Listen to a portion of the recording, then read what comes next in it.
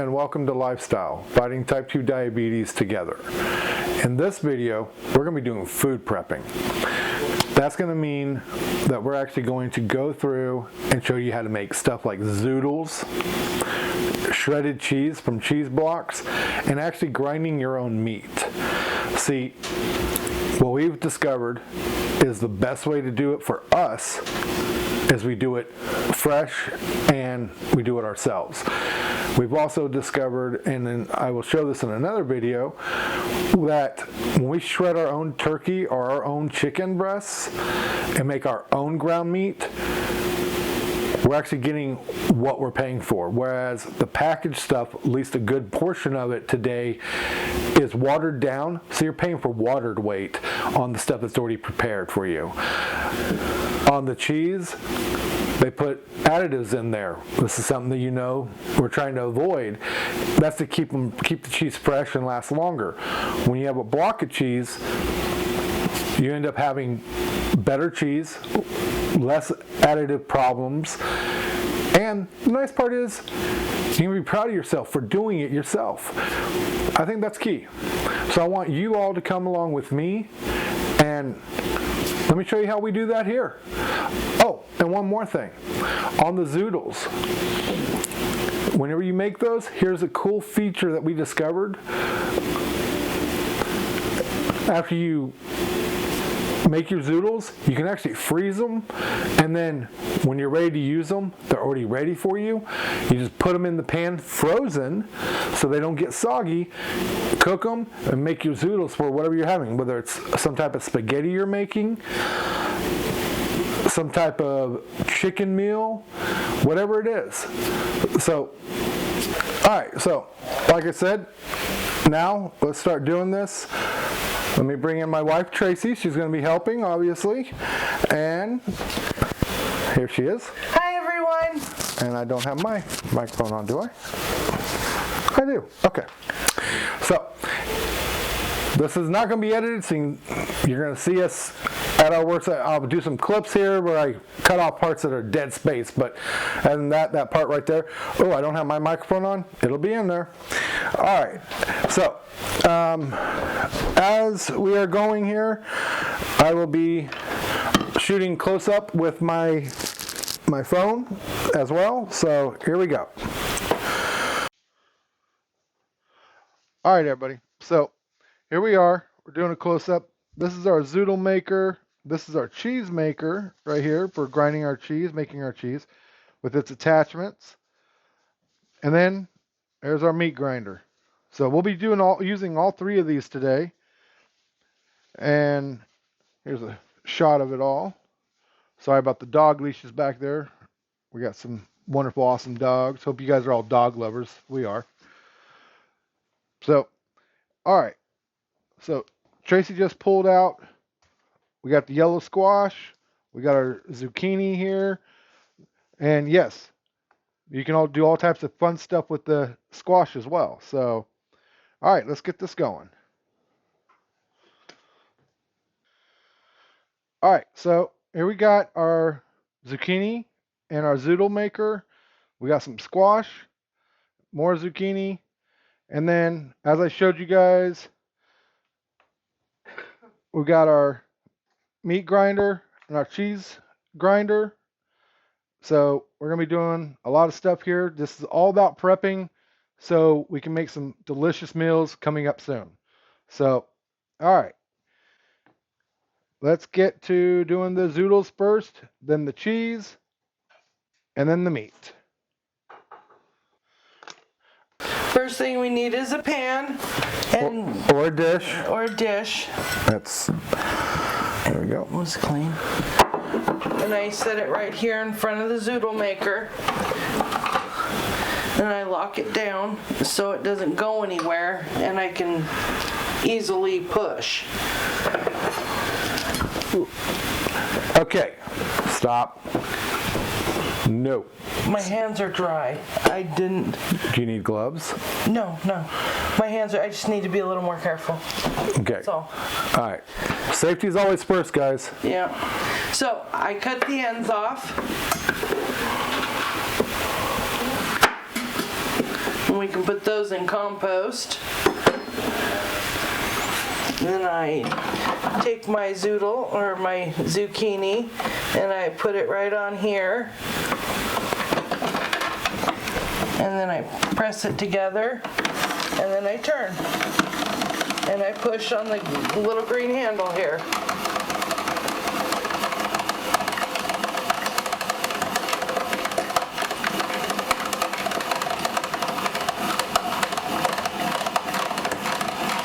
Kind of a messy process, but it's worth it in the end. And I just pull it all in here, and then I pull this out. This is your zucchini core. I take the end off, and this is a snack. And it's a delicious snack. Yeah. You can refrigerate it. It'll stay good for at least a day, but you don't want to let it last too much longer. No. But it's very delicious. You can have it in a bag or in a bowl, pull it out, go sit down, watch a show, and have a healthy snack. So I don't cut these. They're very long, but I don't cut these until I'm ready to use them. And so what I do is I get a quart-size baggie. If I can figure out where the They're right over here. You want the quart size? Yes, several of them. So I can take the box. That is the. Let's see which one it is here. It should be that one. It's gonna be underneath. That's gonna be this one. Oh, we're getting used to the new arrangement here. Sorry about that. Hold on a second, guys, while I pick up these bowls that dropped. We just got done rearranging, and obviously maybe we need to move the bags more up front.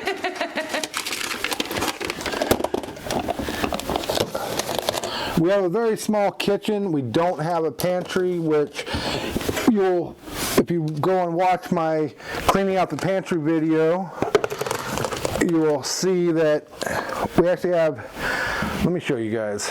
I'm not going to have you guys have to go watch another one. Hopefully you've already watched it, but we have these garage cabinets, or cabinets that we've converted into storage space because our kitchen is very limited on, we have very limited cabinet here. So we do with what we have to. Yep. So then the next thing we do, I do one zucchini at a time. I don't do more than one in a bag. One zucchini usually is good for one person. It looks like a lot, but when it cooks down, it isn't. So I just take even all the little pieces and I put them in here. And I push the air out. And that'll go in the freezer just like that. When I take it out of the freezer and it's frozen, I actually just use a knife and I chop it, and then I throw it in the pan. Frozen, everything. Now, something I want to add on that. We're finding sometimes it's hard to find the zucchini. So if you find a good amount of it and you want to buy it, another option for that is that you can actually get a vacuum seal and do a whole bunch of them, and then vacuum seal them and freeze them so they'll last even longer. Yes. We have one, but right now we're not at that stage of doing that yet. We also have a deep freezer, so we're also going to be working on having our own little garden in the backyard. So instead of store-bought, we're going to eventually start having home fresh. So the thing about the stuff you get here, a lot of people may not know it, but this stuff isn't fresh out of the fields. We used to, until we got injured, we used to haul freight, and some of the stuff we picked up was the stuff from the Walmart warehouse and whatnot, or from the cold storage locations. And what they do is they store these vegetables in a cold storage at 33 degrees for at least a year. So the stuff you're getting now is actually last year's produce. It's about a year old. Yeah, it's about a year old. Not saying it's bad. You know, when they set it at 33 degrees, what they've done is stop the maturing process. They don't freeze it, but they also keep it right there at above freezing, and it stops the process that will allow the vegetables to go bad. So obviously, fresh out of your garden is going to be 100 times better. It just will, period. Okay, I won't say 100 times better, but it's going to be better. The freshness of it is definitely Oh yeah, the better. freshness is second to none. My sister grows them, and there is just nothing like it. Oh yeah, we actually picked up a carrot load right out of the field one time. They actually shot all the carrots into the back of our trailer through a very high-speed conveyor that literally threw the carrots up the conveyor and into our trailer. And It was cool. yeah, it was really cool. And whenever they unloaded it, they put it on this, put our trailer on this piece of equipment that secures the trailer there. We disconnect, and then it lifts the trailer up at almost 75, 80 degrees of an angle, and dumps it all out. And then they have a power sprayer that sprays in there to try to get every last bit of them that they can. Well, they can't get all of them because of the cracks, because it's a refrigerated unit. So when they're done, you go in there and you can get a whole bag full of carrots. And I'm going to tell you right now, the freshness out of the field over what you get out of the store, the flavor difference is just wow. That's all I got to say about it. It's just wow.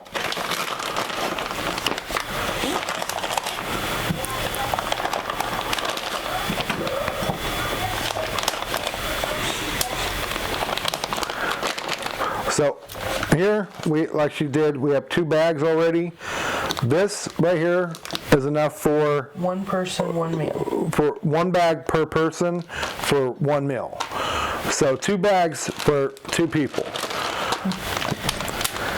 Now, if you make a bigger meal, let me say this: if you make a bigger meal with not just one thing, then you can do half a bag per person easily.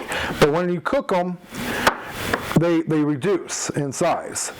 But it is delicious, man. You add this stuff to things that you normally would use regular noodles on, and the new flavor it adds to it is just awesome. It's fresh. It's just different, and that's all I can say about it. It's different. The flavors are that much better.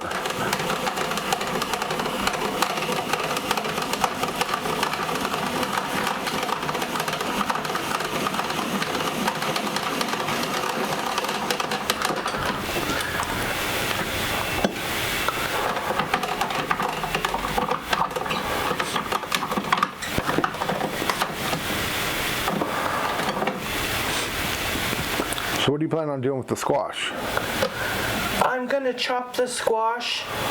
I can zoodle it, but not this time. I mean, you can zoodle it the exact same way you do the zucchini. You can really zoodle anything. Okay. Cucumbers, carrots, you can do them all in here with this. They also have a ribbon feature and a thin spiral, a thin zoodle. This is the thick. I like the thick. And just depends on what you want your noodle to look like when you're cooking, when you're done. All right, well, let's go ahead and let's do some squash. You want me to zoodle the squash? Let's go and zoodle a squash so they can see that, we do it with it as well. Okay. And then we'll chop up some squash, because this is all about food prep. Yeah. So the only thing we're doing here is food prepping, and then we can do the rest of our zoodles after that at a later time. I want everybody to see what we do. Now I need chopped for the most part.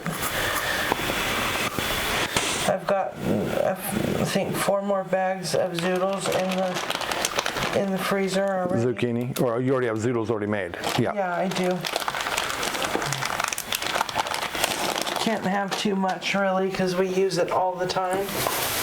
So here's the squashes. And if you guys can't tell, this isn't scripted. We're doing this straight and honest. There's no big theatrical thing going on here. There's no papers here scripting this. We're giving it to you raw. Hey, pun intended, raw vegetables.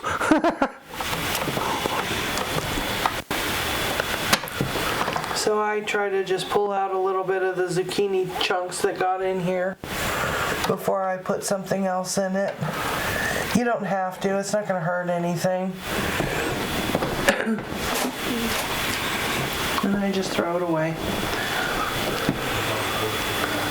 So you want to take this small part off right here. You don't have to take it all off. A little bit smaller, just to make it a little evener, more easy to use. Push it on there and zoodle. Or you can call it squishy doodle. Yeah.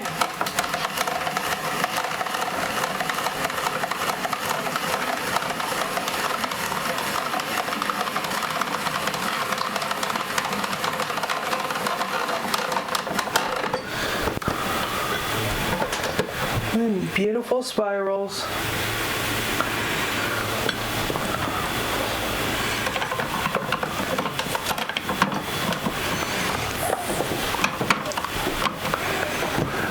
Now, for anybody who's not sure, whenever we say that these are great snacks, I'll get in here.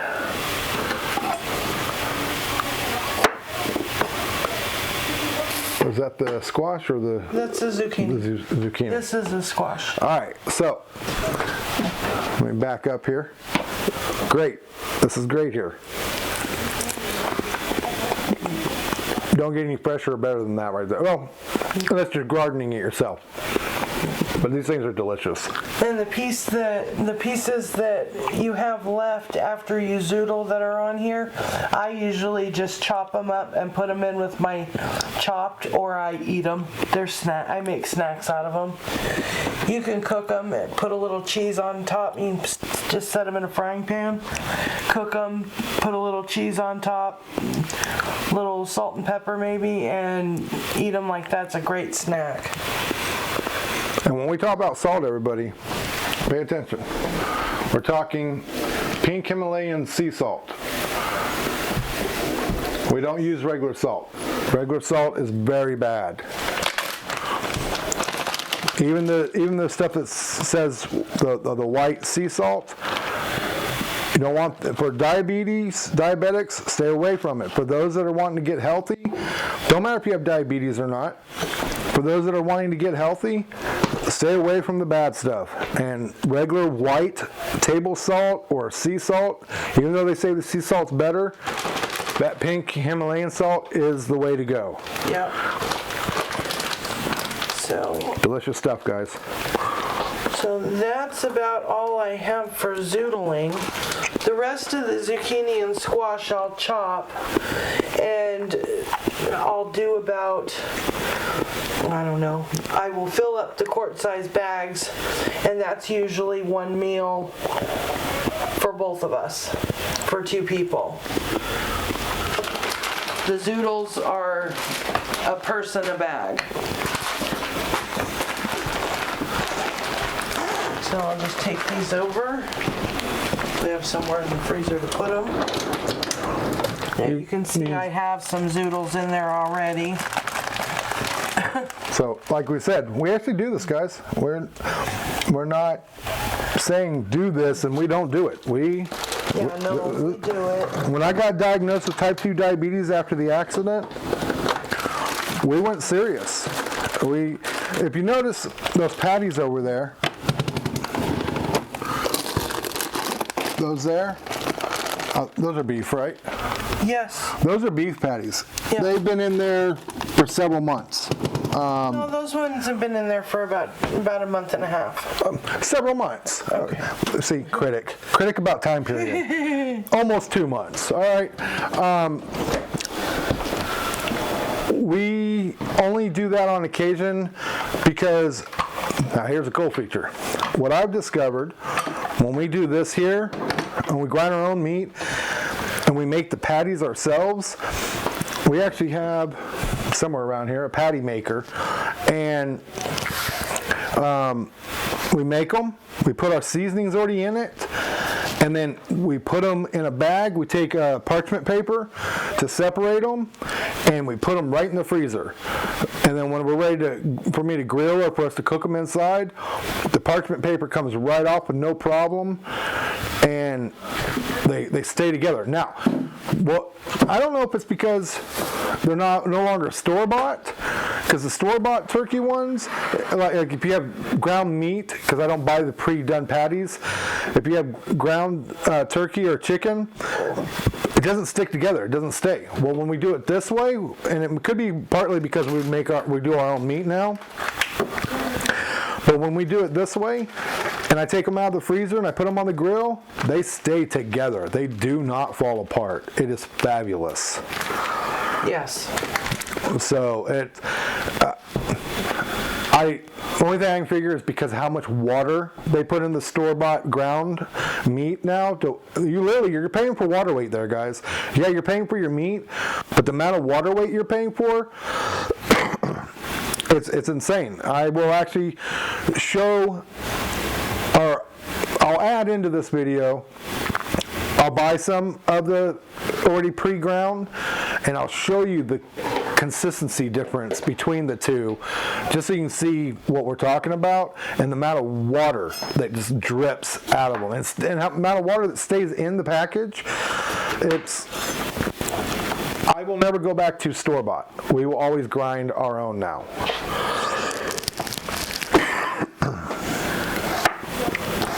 So I quarter them and just do little pieces.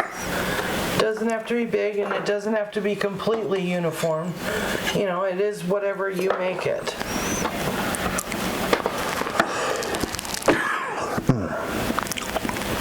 Sorry for the dry throat cough there, guys. I need to get some water in a moment.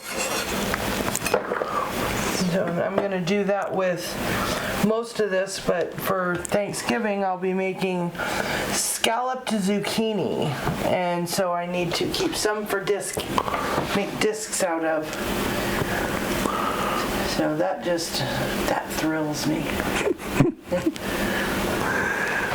So let me go ahead and get to chopping. Okay, stop right there for a moment. Do one of these for you guys on camera, and then I'll show you the bowl where I've done the other ones already.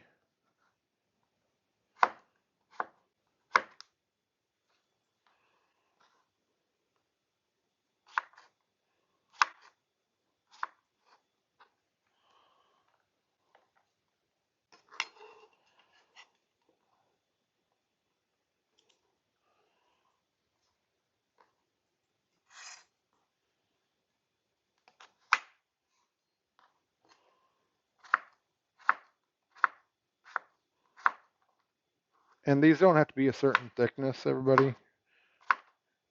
If you notice, I'm not measuring out the thickness. It's where the knife falls is where it falls. I'm not being perfectionist here. This is just about getting the vegetables prepped so they can be frozen and ready to be pulled out and cooked when we're ready for them. Some of these are a little gritty. Some aren't, but we rinse them, and then I rinsed them again just because I just want to make sure that they're clean. Because like I said, we're going to be freezing them, so when we go to prep them, they are ready, or when we go to freeze them, they're ready just to go into the pan when we thaw them out. And then we rinse them again after they're all cut.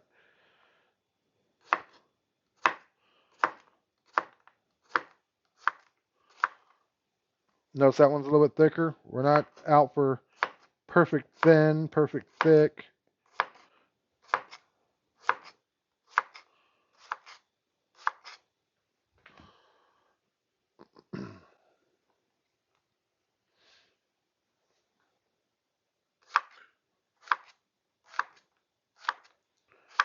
About to get them chopped.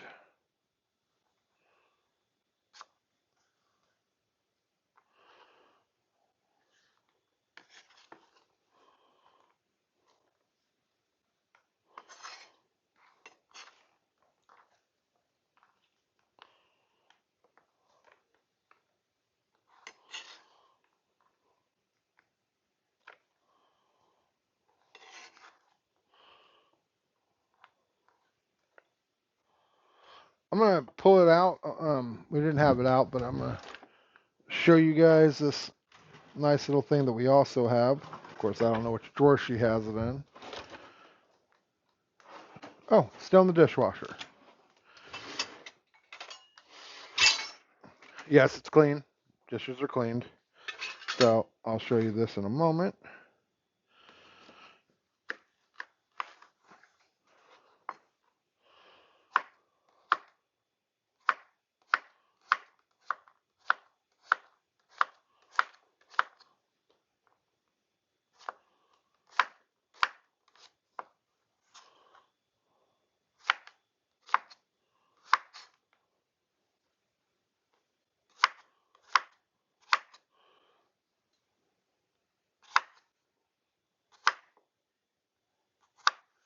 So instead of using the knife to scrape, we have this.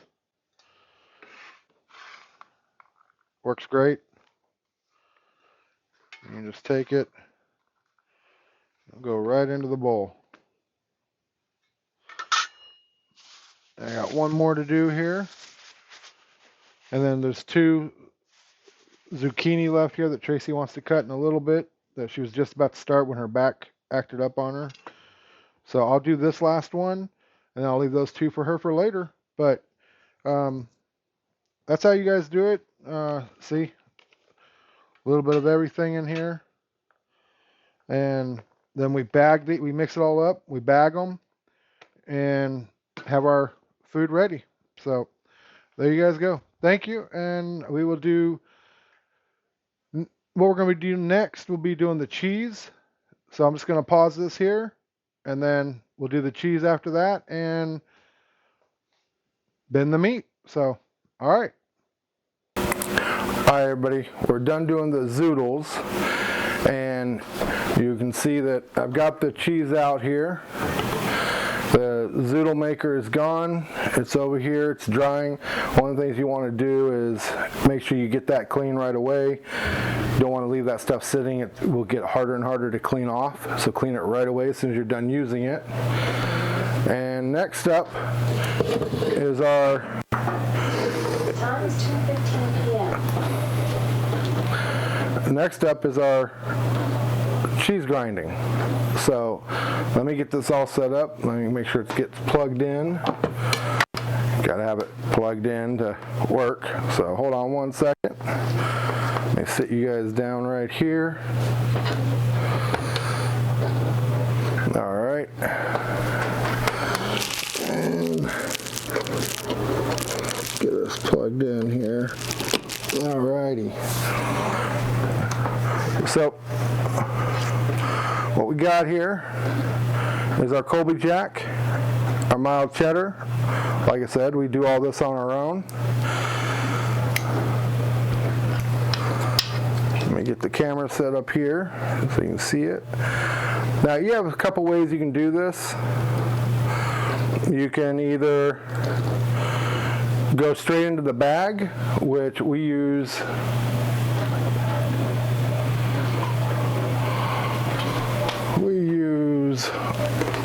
gallon size bags.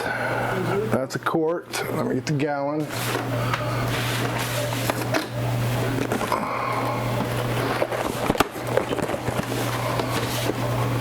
Oh, if you're going to use crackers, make sure you use the whole wheat, whole grain.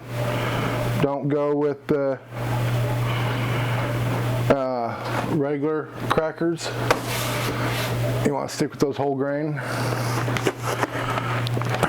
and still minimize those if you have diabetes. Less is better when it comes to the grains. I use those when I have my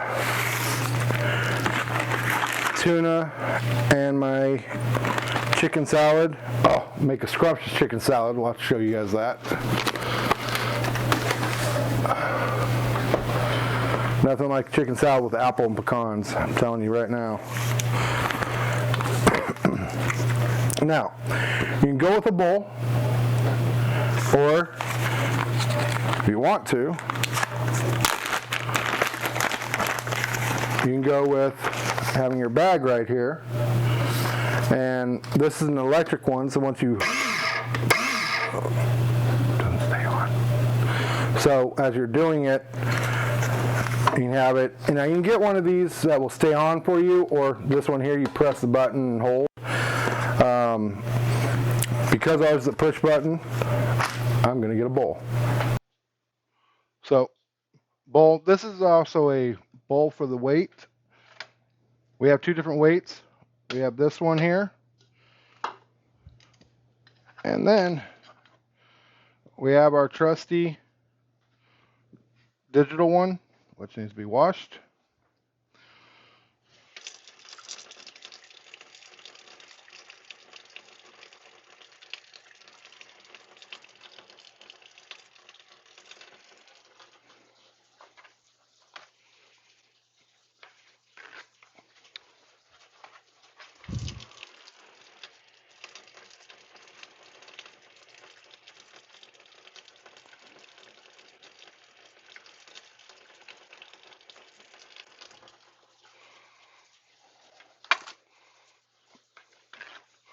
Like I told you guys, I'm giving this to you raw, so no editing. You're going to see that it was dirty. We live our house all the time, and we do our best, but nothing's perfect here. If somebody's wanting perfection, go find those people that have a studio set up for all this. We don't have that. So here's our digital one. So it's good to have as well. We use this for measuring the weight on our meat because we do it by the pound when we grind it. Like I said, we use turkey and chicken. We don't use very much of the ground beef. But that's what this bowl is for. You can also use it for the cheese. So let's get into this cheese here. Let me back this camera up a little bit, give you guys a little bit more of a view here, so you can see that there's no doubt we are actually doing this, because we are not professionals. We are just daily living people that got into a truck accident and discovered I had type 2 diabetes at such a point that it was almost requiring insulin, and we made the changes. This is also good for those people that want to just live a healthier lifestyle. Like I've said in multiple videos, this isn't just for those with diabetes. So please, if you have friends and family that are trying to live healthier, share the videos, because that's what we're about here.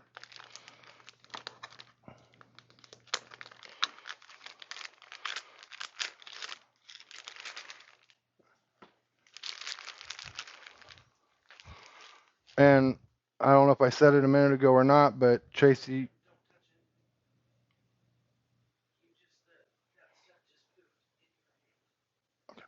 I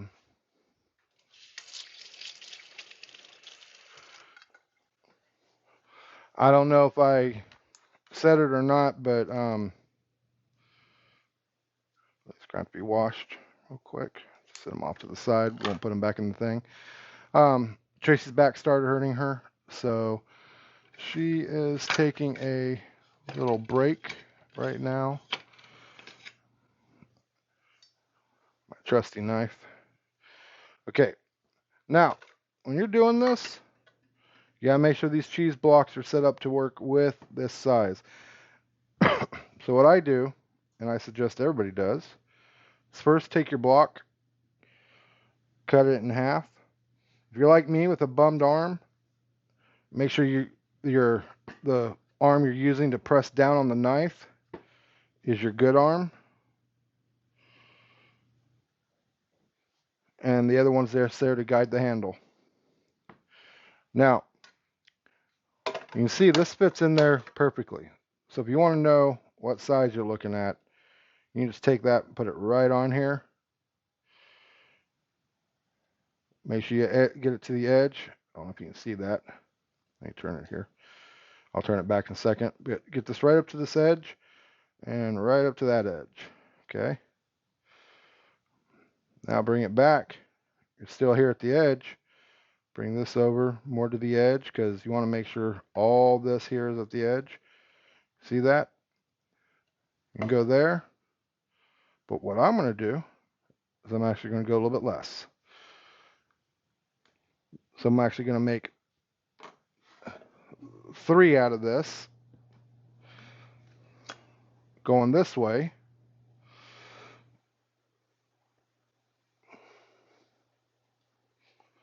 Whatever you do, make sure your fingers are out straight. If you can see this, let me scoot this over. Keep those fingers out. Don't have them curved. Safety first, guys. Now, that is actually too big. So then we also half this. Take all these in half. See, once again, fingers are straight.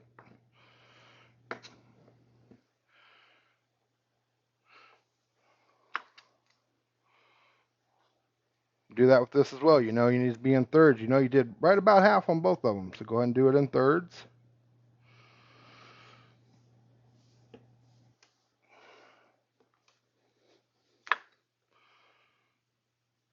Doesn't have to be perfect.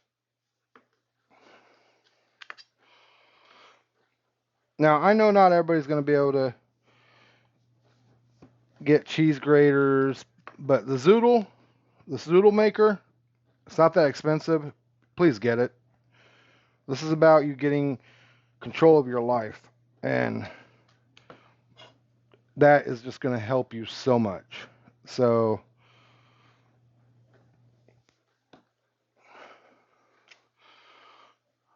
sometimes it costs a little bit more to go the right way, and it's worth it. This isn't that expensive either.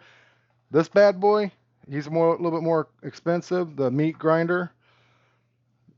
If you don't want to do it, that's fine. Like I said, I'm going to show you guys the difference between the meat that we grind versus the store-bought, and how, except for one brand that we found, the store-bought actually is waterlogged. You're paying for water weight. It's sad. It's sad that meat companies, Walmart, places like that are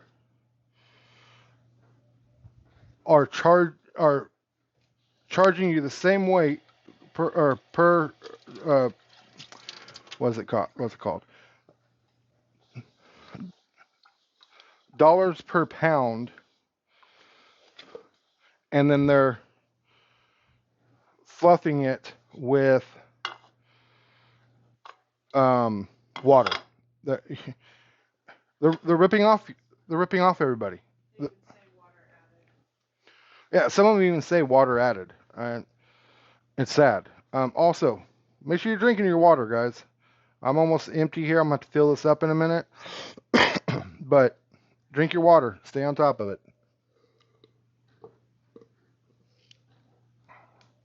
With type 2 diabetes and those that are non-diabetic, hydration is a must. So, all right.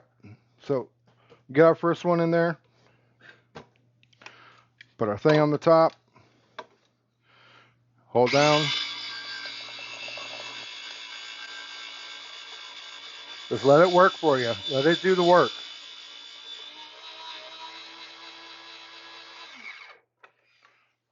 Next one in there. Do it again.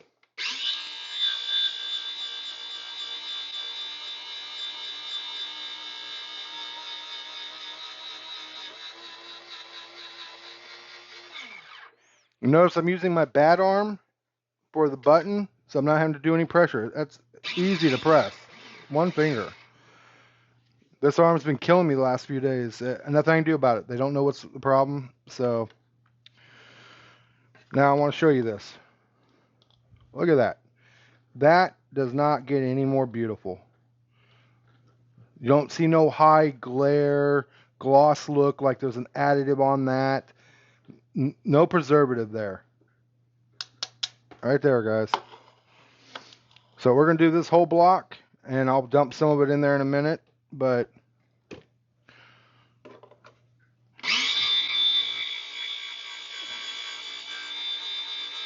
you hear it squeaking, don't worry about that. It's just working. It's all good.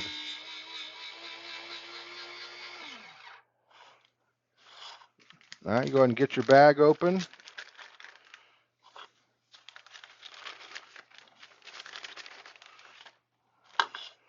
Do your next mount.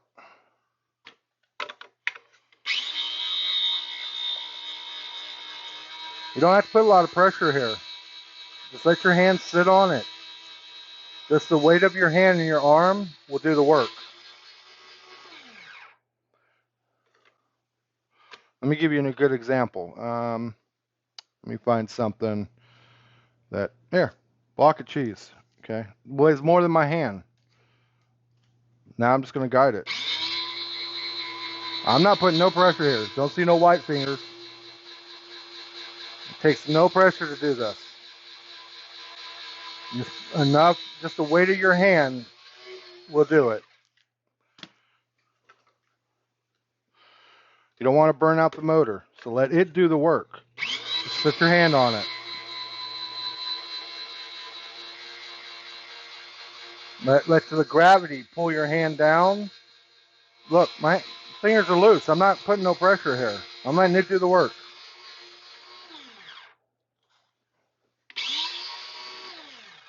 Get what little bit's still in there out. Now I'm gonna go ahead and empty this all the way out for a second, and we're gonna do this. Check this out. Let that zero. Oh nope. Turn it off. Put the plate on there, the bowl on there. Let it zero out. Let that come under there. Okay, it's zeroed. Now, let's see. It's 2 or 3 of these. Let's see how much weight we get here in cheese.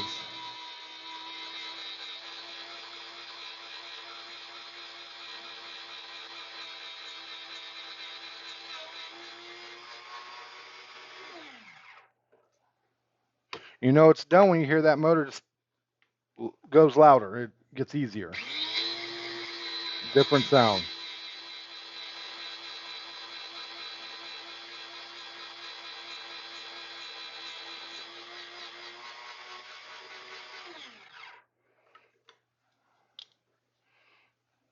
All right, that looks like that's 2 blocks of it, and that's 5.7 pounds. Wait, hold on.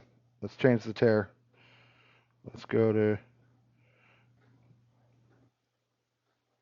pounds. Okay, I messed up on that one. We got to zero it back out again. Hold on. That was ounces. Ha ha. So turn it on. All right, now we're on pounds. So let's do this again.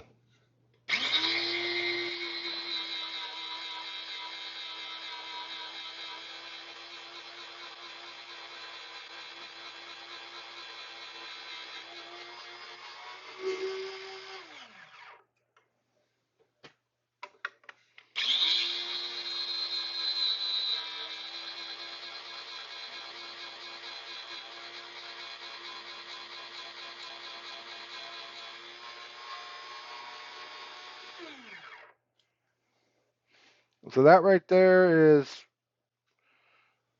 if it's before the zero, 5.1 would be ounces. So that's 5.1 ounces right there. This last block, we'll have one more. Maybe fit all of it into here.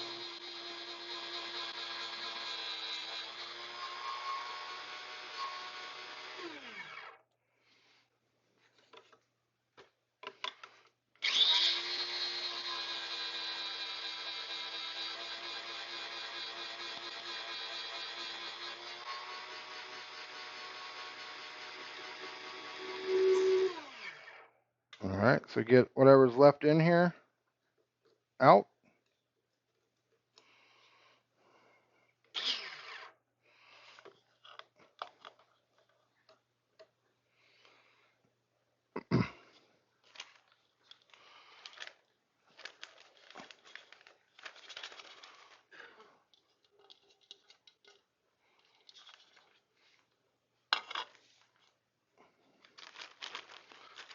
So now let's go ahead and zero this out.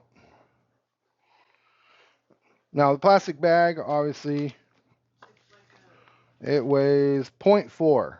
So out of all that, we got 2.0. Oh, and that's 0.4 ounces. 2.04, 2 pounds and 0.5 ounces. So this block says it is 2 pounds. So we actually got just a hair bit over that 2 pounds. So it's right on the money. You lost nothing. No. We had it was 2 pounds and 0.9. I subtracted the 0.5, so it was 2 pounds 4 ounces 0.4 ounces. So you lost nothing in this process, even though you can see there's some cheese here. You're still getting what you paid for. Now, come in here. Don't squeeze too much. You don't want to pack this cheese down. You just ended up grinding it. But get that air out of there. And then just, I may have got too much of the air out because I want to try to get this to settle down, but that's all right. Not a big deal. So actually now I just put more air in it. Told you, getting it raw, guys. This isn't some special show that everything is already pre-done for you.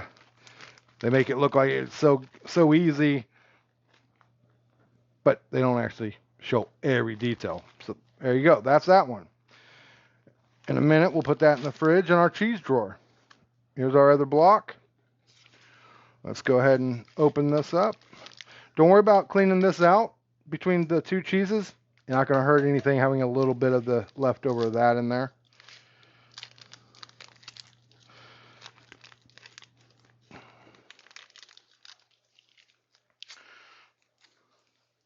Set your garbage off to the side there, or you can throw it away. Trash can's right there.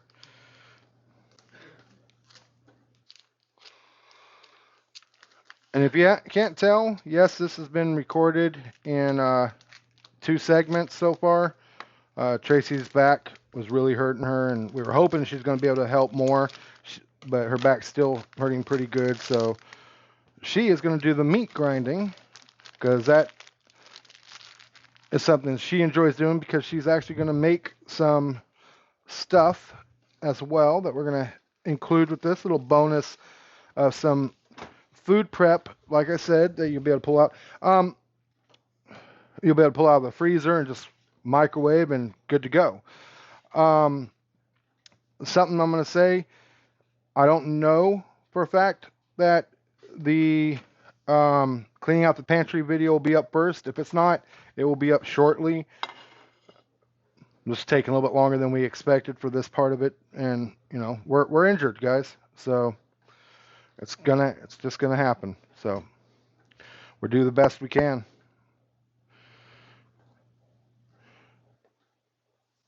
So here we go, cut in half or close to half, and go ahead and make your thirds. Same thing. Those blocks are the same size, so.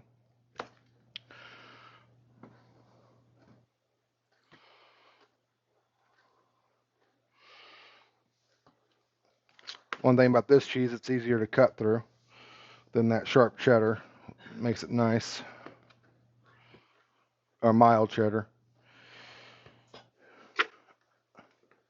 Bleep. That was a bloop. That was a blooper. Don't worry, we're not going to rewind it. Notice I said it, but I'm not paying attention. I'm just doing what I need to do. Fingers are staying straight, guys. Safety's first. Do not play around with safety. That was weird. Why were those shorter than those? I did something weird. Oh, this block's just a little bit smaller. Okay. And one more. Now, if you're going to use a bowl, like I am, still go ahead and have your bag open so it's ready. Like I said, drink your water.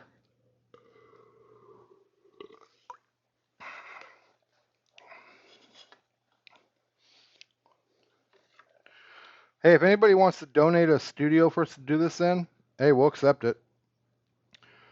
As long as they build it right outside our back door. And as long as they accept, as long as they're okay with the fact that we're still going to show it just like this. We're going to keep it raw, keep it real.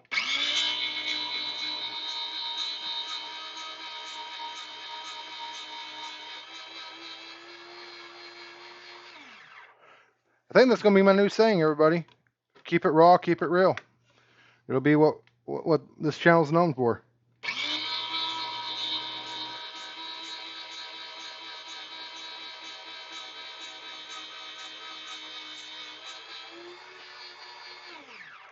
Even when we go to do the physical fitness and the workouts, we're going to still keep it raw and keep it real. Yeah, I like that saying. How about you guys? Say something down in the comments. Oh yeah, if you like this so far, press on that like button, and if you want to keep updated when we're releasing new information, new videos, slam that subscribe button.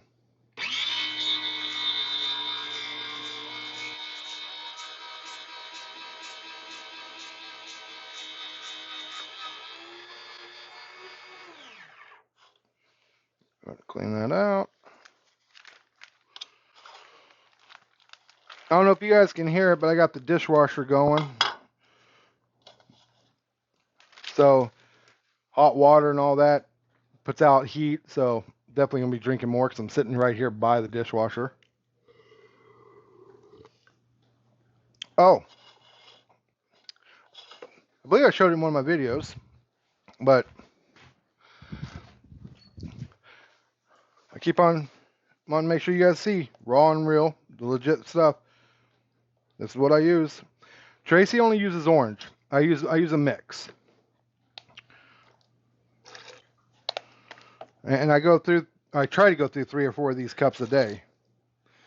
And once again, it's got your vitamin B's in there, B3, B6, B12, artificial flavors. Well, it's the part's gone that shows the calories, but these are right here. 0 calories, if you can see that. I'm gonna hand this to Tracy so she can refill it for me. We use a water dispenser with the big jugs of water because our water here is high in calcium. So, all right, let's keep on going. What is it? Very hard water. Yeah, it's very, very, very, very hard water. See, look, hands loose, guys. I'm just letting gravity of my hand do it.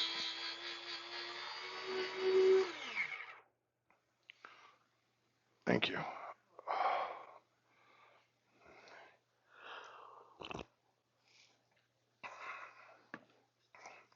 Also, I don't know if you can see it. I'll make sure you can. I have the blade pointing out. That way the blade's not pointing towards me. So, safety, guys. Safety, safety, please.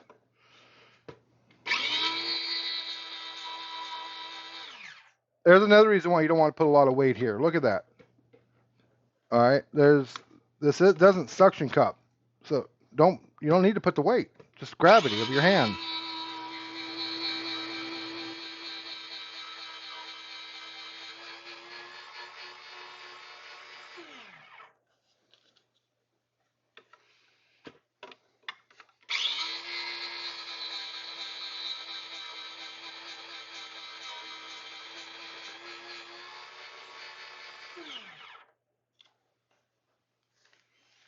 Any of the cheese just falls out, it's all right. Just grab it and put it back in the bowl.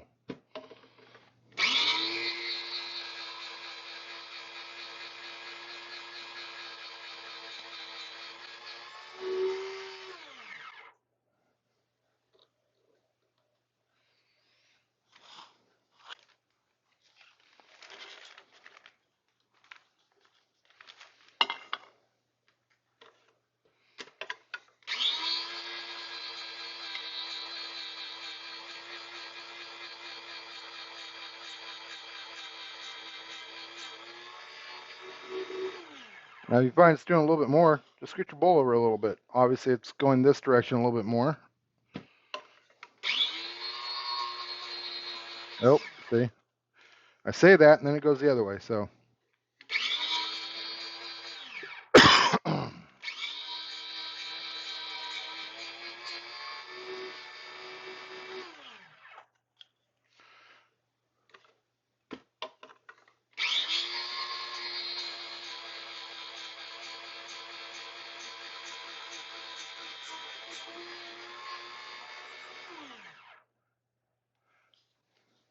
Now, I don't know if I said it or not, but there will be a link for everything that we're using here, except for the cheese. There will be a link for each of these devices down below. So if you're interested in actually buying the ones that we're using here, the link's right there. Grab it.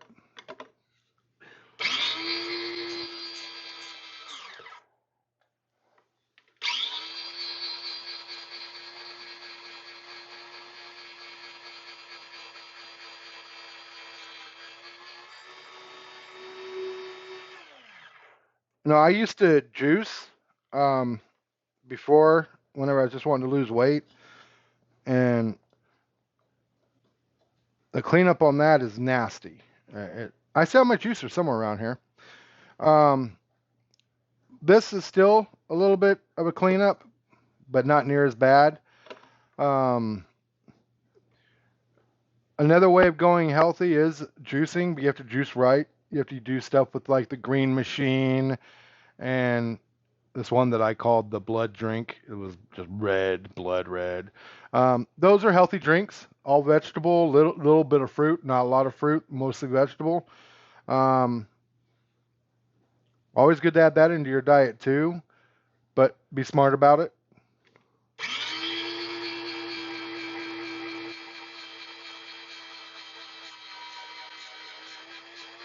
Haha. I use the word diet. I hate that word.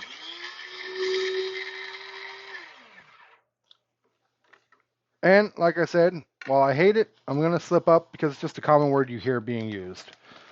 If you want to add it into your nutritional plans, your nutritional meal plans, your daily meal plans, you can, and not a problem. It's not an issue. Like I said, you just got to be smart about it. So zeroing this out. Oh, there we go. Okay, getting some weird readings here. Gonna try this again.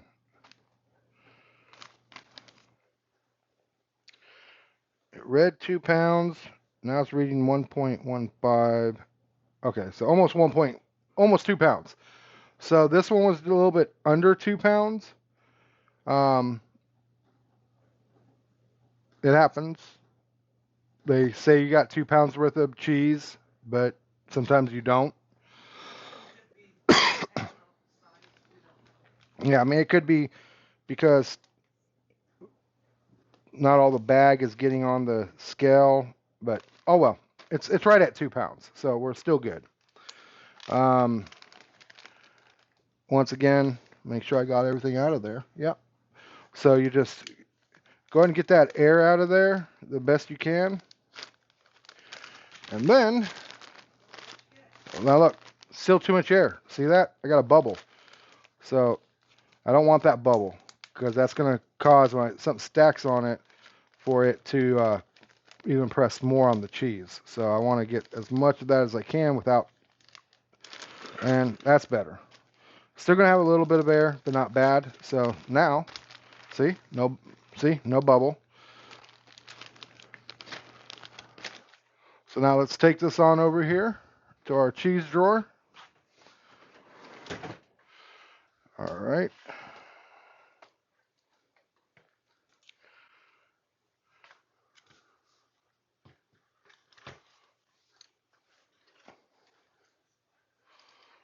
Work with me here, camera. Battle of the camera. Yes, people, once again, keeping it raw. So if you need to rearrange, this is some pre-packaged ground cheese. We're going to be doing some comparison. Oh yeah. Now, if you look real closely, you see even that cheese there, even though it's in the plastic, it doesn't look at that white. Different color, a little bit off, but look how clean that one looks. How deep that color is. This little things you'll notice. So go ahead and get your cheese in here, right over there. Need to. This stuff here, we're slowly getting rid of it. Part of cleaning out the pantry. So gotta play around with it, guys. So, oh, look at that. Look at that. That one's got too much air. So let's take it back over here real quick. Let's get that little bit of extra air out of there. We don't want that air bubble.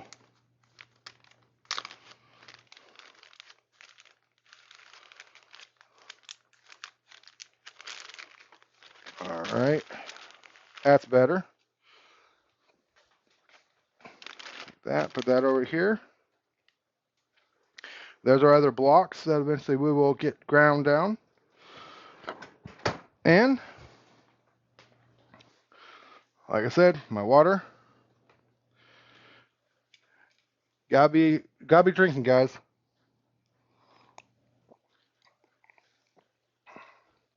All right.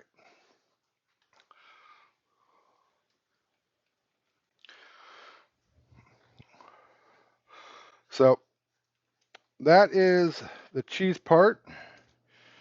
Now we will get that all cleaned up and we'll move on to the meat part. Always, you don't have to clean up right away if you're doing what we're doing here. You can clean it all up at the very end. I like the idea of clean it when you're done using it before you move on. To me, it's less work and it gives you a clean work area. So, all right. I will talk to you guys all in just a little bit when we get to the cheese part or to the meat grinding part of it. So talk to you guys soon. All right, everybody, we've done the cleanup once again. Like I said, clean up after you're done before you go on to the next project. At least that's how we do it. So next is the meat chicken. Boneless, skinless. Just bought this the other day. So,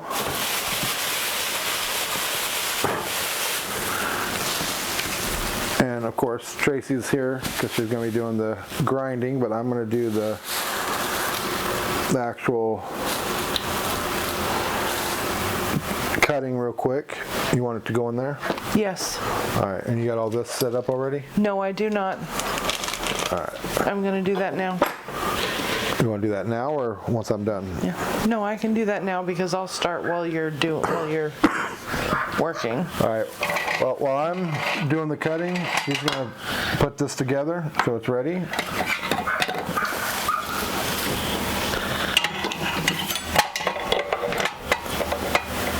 You want to use a good knife.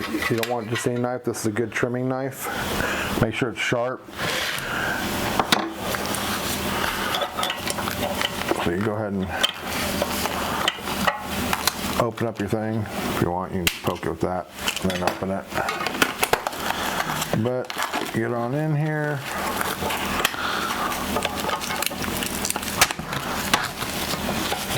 What I say is just go ahead and pull all the chicken out. I'm going to show you some stuff that we do, because you want to, with diabetes, even with chicken, reduce as much fat as you can. So once you got the meat out of there, just go ahead and throw it away. That's going to have to go out soon. You want to open the other pack too? And get it all out? Yeah, just go ahead and get both of them out. Yep. Whoa! Blooper! Mayday, mayday, we're falling. All right. Try not to do that again. Don't send you guys down the path of falling to the ground. Get that open. Once again, if you notice, you can see knife blade spacing out. Always safe, safe, safe, people.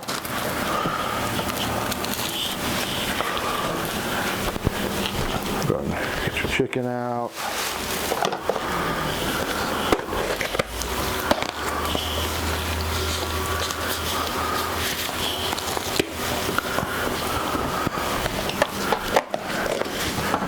Now, I know some may say that the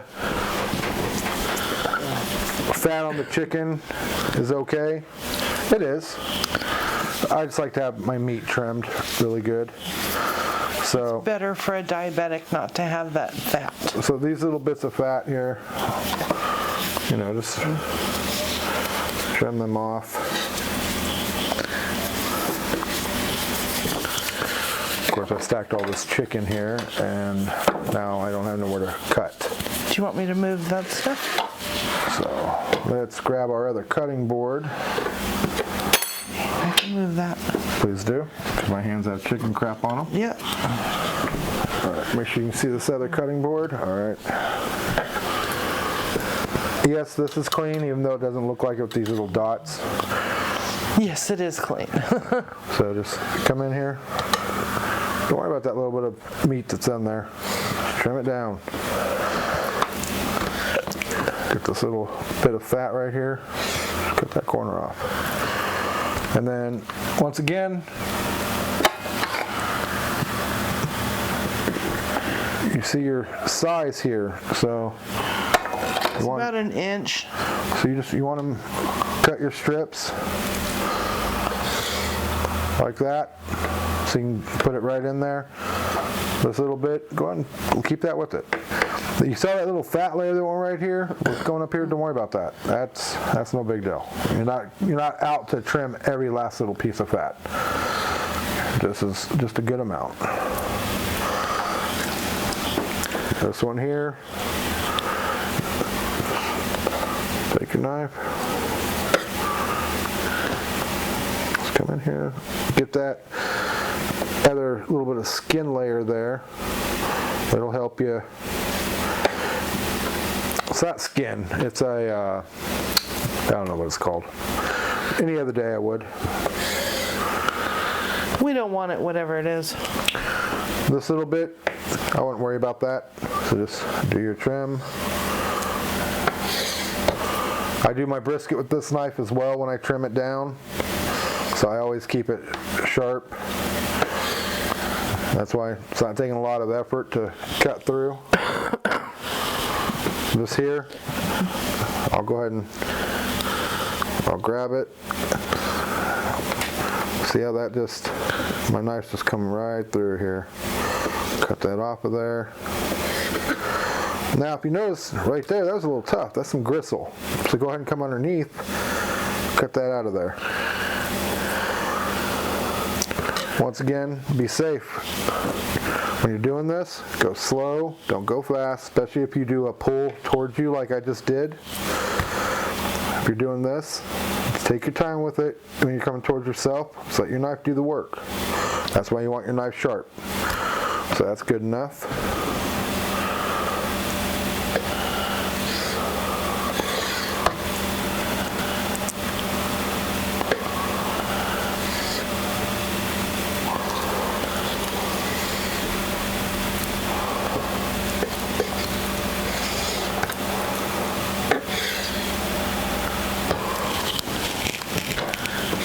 May I?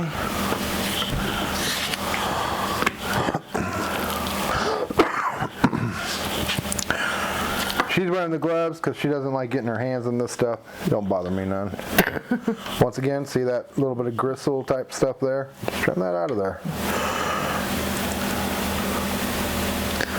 Got a little bit of fat there. Take your knife. See how quick that is with a good sharp knife? That's a little chewed up, not a big deal, but get that little bit of fat off of there. What they would say, see that right there?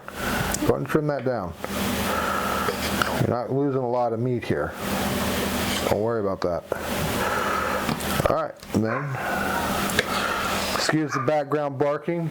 That's our puppers. Like I said, I hope you all are dog lovers. We are. They're part of the family. We love them. That's still good meat. Throw it in there. It'll grind just as well as the rest of it. See that? Luckily, that there. We're just going to trim that down. And we're just going to cut that down. You can come at an angle here, so you're not taking too much meat when you're first doing it. Now, you notice there's some gristle there, so flip it over. Find that gristle spot. It's a pretty good one. It's probably right where the bone was at. So just come at a side angle here. Just cut that out. Just get that out of there. Go ahead and cut that little bit of fat off of there. There you go. See that?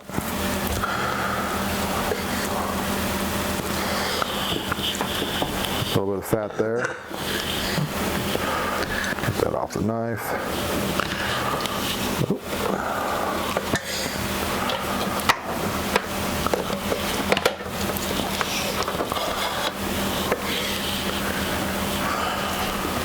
I'm trying to hurry here because Tracy can only handle standing so much right now with her back. But safety's first. I'm not gonna fly through this. No. Get that little bit of fat off of there.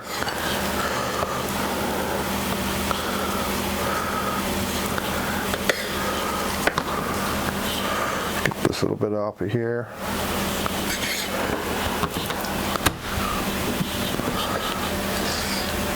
See, my first few videos, oh, look at that. We found, if you look at that, we found some in there. So go ahead and fill it. Okay, that feels fine. So I'll keep that, but I'm going to look and see if I can find that. And fill that. Starting of a little gristle, maybe. Yeah, so I'm going to cut in here, but I'm not going to cut this whole section. I'm just going to cut in here at an angle, a little triangle, and just cut that little bit out of there. A little bit left there. Just come down like this. Get underneath that, and then come back up. Just cut that out.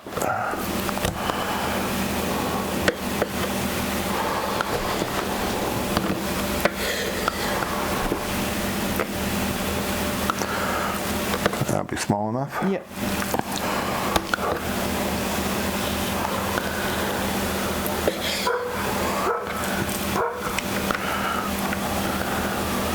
See, a lot of people, they don't want to show this part being done, or they don't do it, or they have that perfect meat. Now, see, I'm not losing that much meat by cutting that out of there, so I'm not worried about that. Still a little bit left, so cut that out.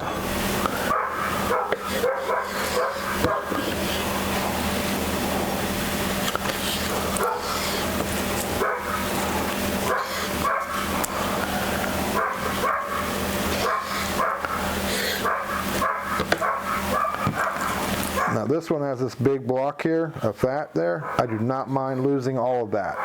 It's not a big deal. I'm not going to be anal about getting every piece of good meat off of there because of that big fat piece.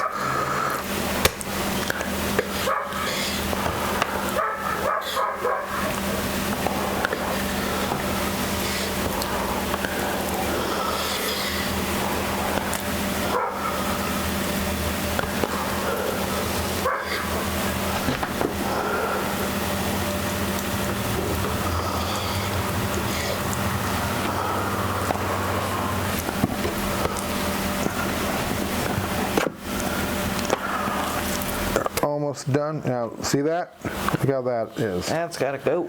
So just come underneath it. Just cut that out. That one right there, look at that, it just scraped right off. Sometimes that's all you have to do is do a little scrape. Get this little bit of fat off this tail end right here.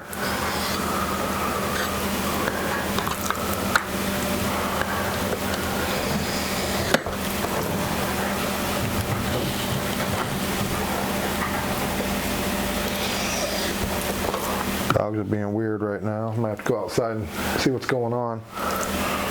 They're just playing. Once again, that's connected to a big fat piece. Yeah, there's some good chicken on there. Now that, because it's right there, oh, what the heck? Take that off of there. Throw it in there.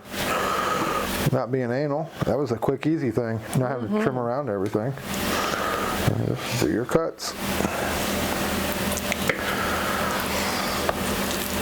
Always wash your hands, people. Another thing, especially when you're working with raw meat. Yes. Don't want to get sick. No. So, once again, see, knife out to the side. That there, I'm just going to take it right over to the garbage. And then I'm going to go wash my hands. And then we'll clean up the cutting boards during our cleanup time.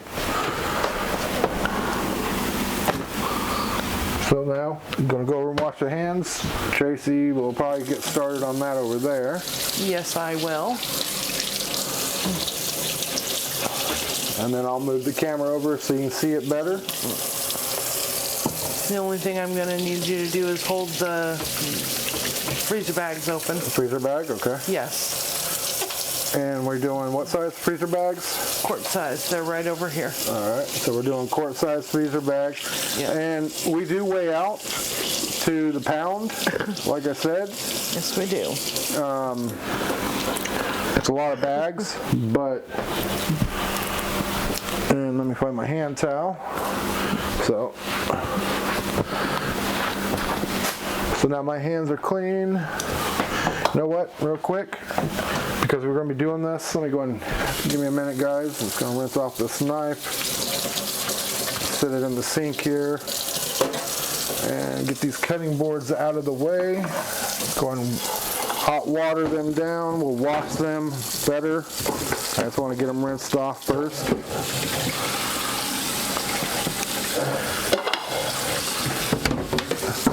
Make your job easier, not harder. So get the stuff you don't need in the way, out of the way. Do a good rinse on it, but wash it thoroughly afterwards. And when I did that, I made sure not to touch anywhere that had juice on it, so I was out of the way of it. So now, You don't want that. get our freezer bag and our scale.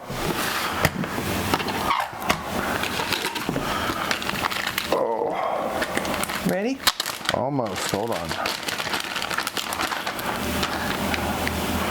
So go ahead and turn the scale on, zero it out. All right, and we are ready. All right. So the first thing I do is turn this on. It's gonna be a little loud, everybody.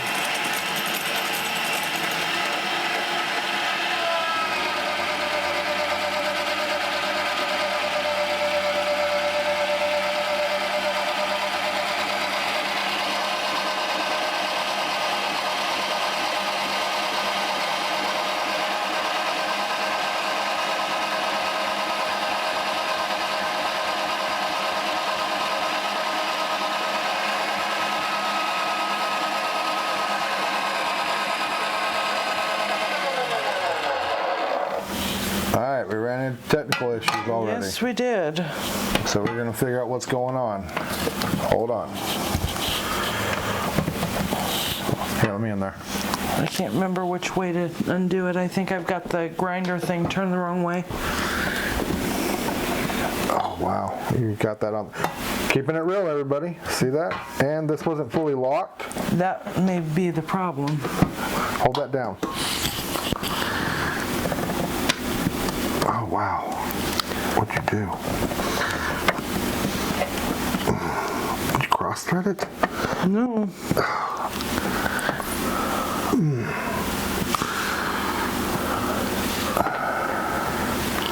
It's not coming off. Let me... Okay. should only barely be on there tight.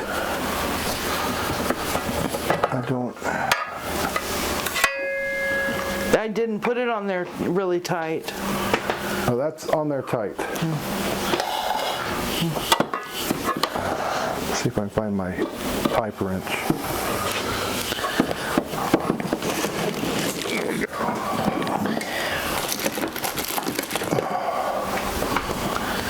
Alright, let me see if I can't figure out some way to get this. Oh, that's not going to work. Alright.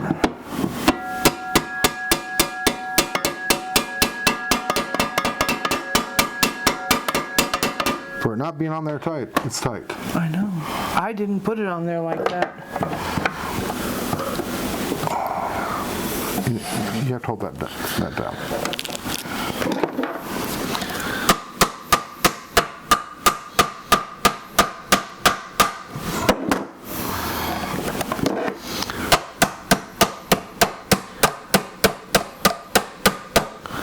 That's making it tighter. Well, I can't get it to go either way.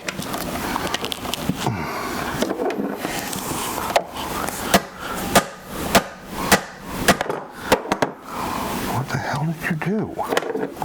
Just put it on there.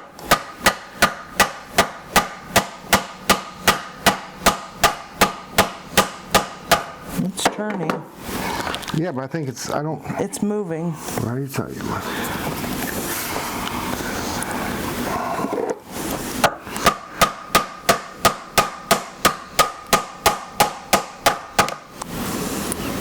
All right, I'm going to hit you. Hold back there.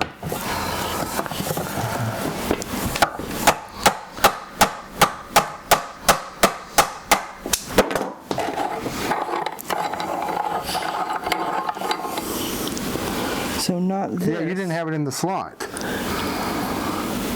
There's our problem. Oh, I did, but I think this blade, I think my blade in here is turned the wrong way.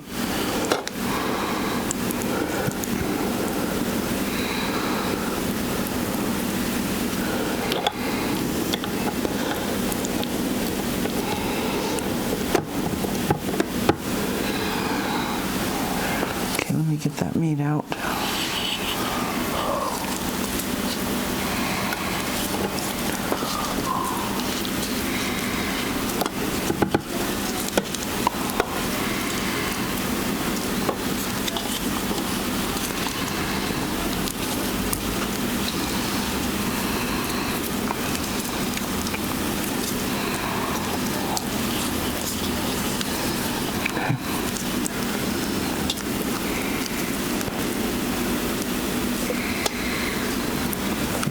We have it. I'm just trying to get stuff hanging.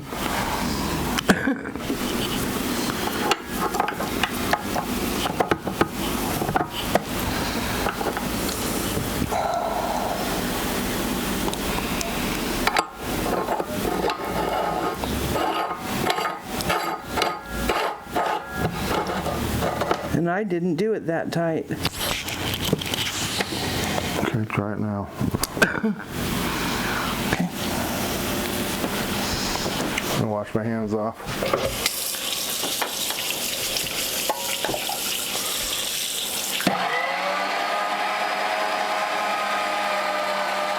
There we go. All right, hold on. It's going. All right, go ahead.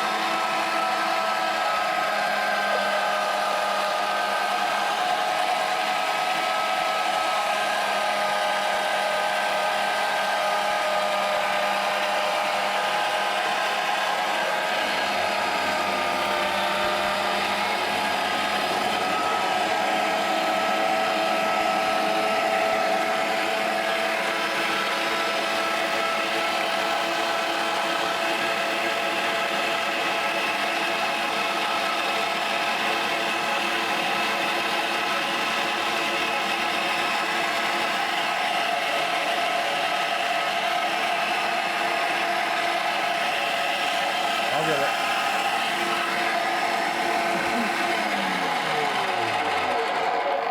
All right, now we want to put some in there. All right, now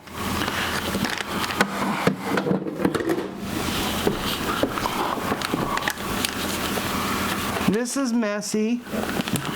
this is why we have two people. One person holds the bag open. And why I wear gloves. And you put it on there. Add more.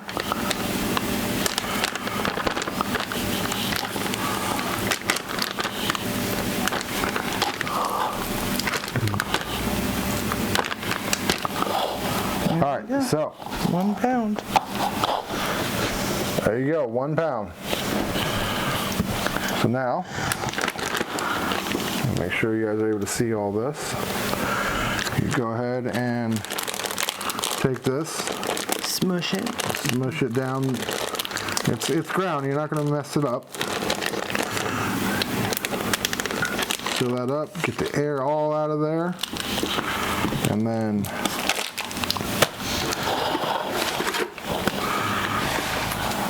have your next bag ready. All right, you want to turn it on? We're at, you want to go to 1? In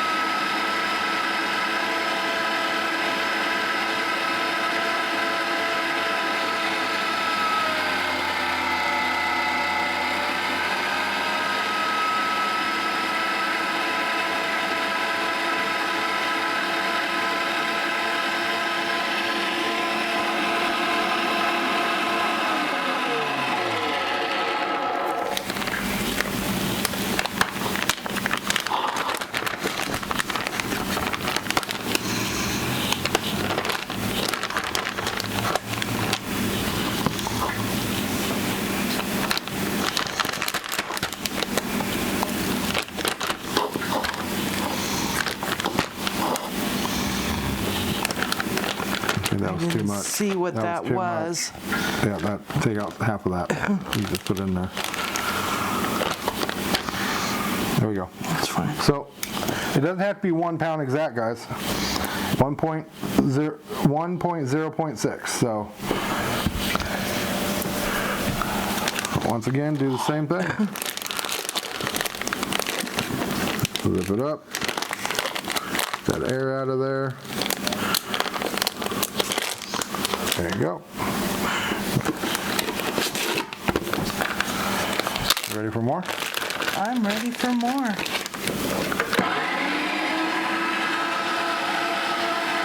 If you notice,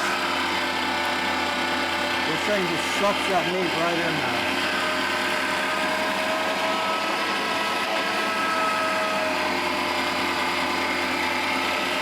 So we don't have to use the stopper, pusher a lot.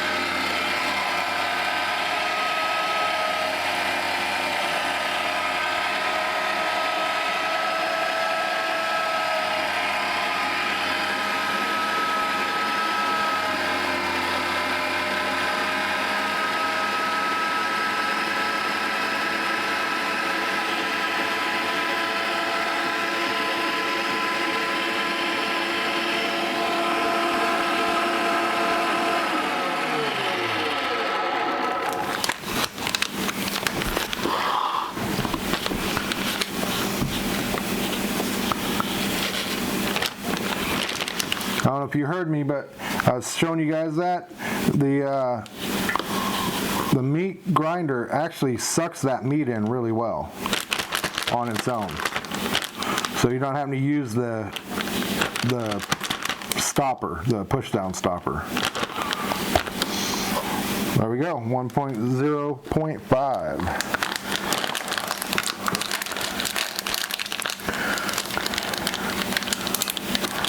So what we're going to do is the rest of this we're going to make into sausage. So it's not going to go in one of the baggies. What we need is we need another bowl. If you want to use the blue one right there, that's fine. You don't want a bigger one, so you have plenty of room for all the meat. Yeah, a bigger one would Let's be figure better. one of our medium white ones, which are right here. Yeah, that's fine. Like I said, dishwasher was going, so I'm just pulling it right out of the dishwasher. Okay, so you want Using this right here. you want to weigh it. So she wants it freshly done. So it's zeroed out.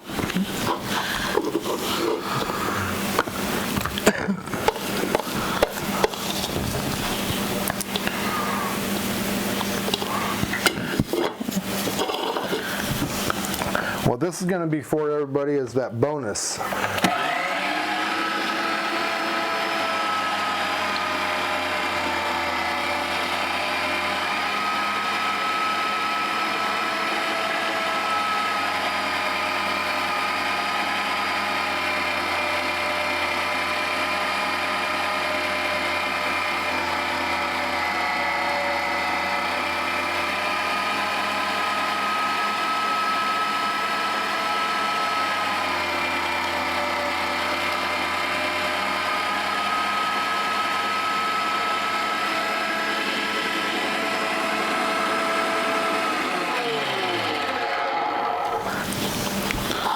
And you guys noticed we didn't cut out the fact that the blade was on backwards, and what can happen. We had to take some pliers or a hammer to loosen that up.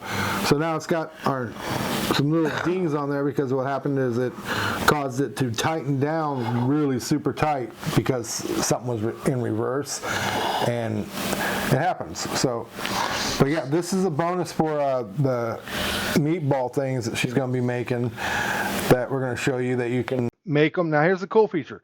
You can make them and freeze them uncooked, or you can make them and then cook them and then freeze them. So, all right.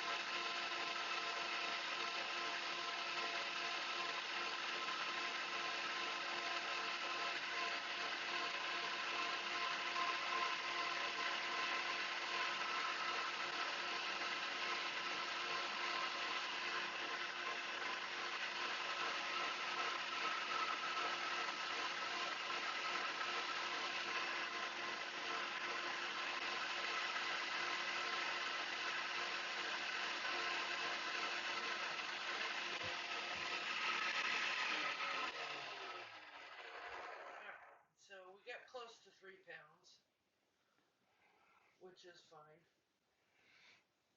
Yeah, we got 2.9.6 pounds. So, Yep. but you can see that's a lot of meat right there. And so she's going to get crafty with that and show you guys something really cool. Little snacks that you're able to make. Or something for, like I said, a spaghetti type thing that you do your zoodles, your sauce, and then you have these meatballs that you're going to be able to pull out, throw in the microwave, and then throw them in your sauce and let them be part of your thing. It's all healthy and natural. It's great. That or dip them in some ranch or marinara sauce and yummy snacks. Yeah. So, It's all about the yummy. all right, we're going to do some cleanup, and then we'll get to the next stage, and we're going to put these in the freezer, these 3 bags. So, No, not all of it. I'm going to be using 2 of them. you're going to use 2? Yeah. All right, so 1 bag we'll put in the freezer, and bring it on over here. See, there's our zoodles. We showed you that yesterday. Here's a spot right here for this. You just gotta We still have some of this. We don't actually use it very often. We're just going through what we have left. But we make our own turkey and chicken sausage now, so we don't need the Jimmy Dean stuff. So, yeah, there we go. You can see, full of healthy, good stuff. So, all right, everybody, we will do some cleanup here, and then we will continue after that and show you the meatballs and Cheesy chicken fritters. cheesy chicken fritters. All right.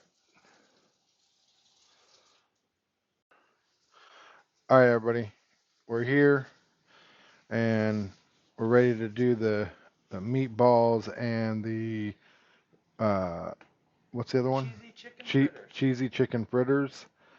We got 2 pounds of ground chicken here, which you saw us grind up yesterday. We got Italian seasoning for 2 pounds. This will end up being 1 teaspoon. And I'll have all this down at the bottom in the notes. We got paprika, and that's going to end up being 1/2 teaspoon. Got garlic powder.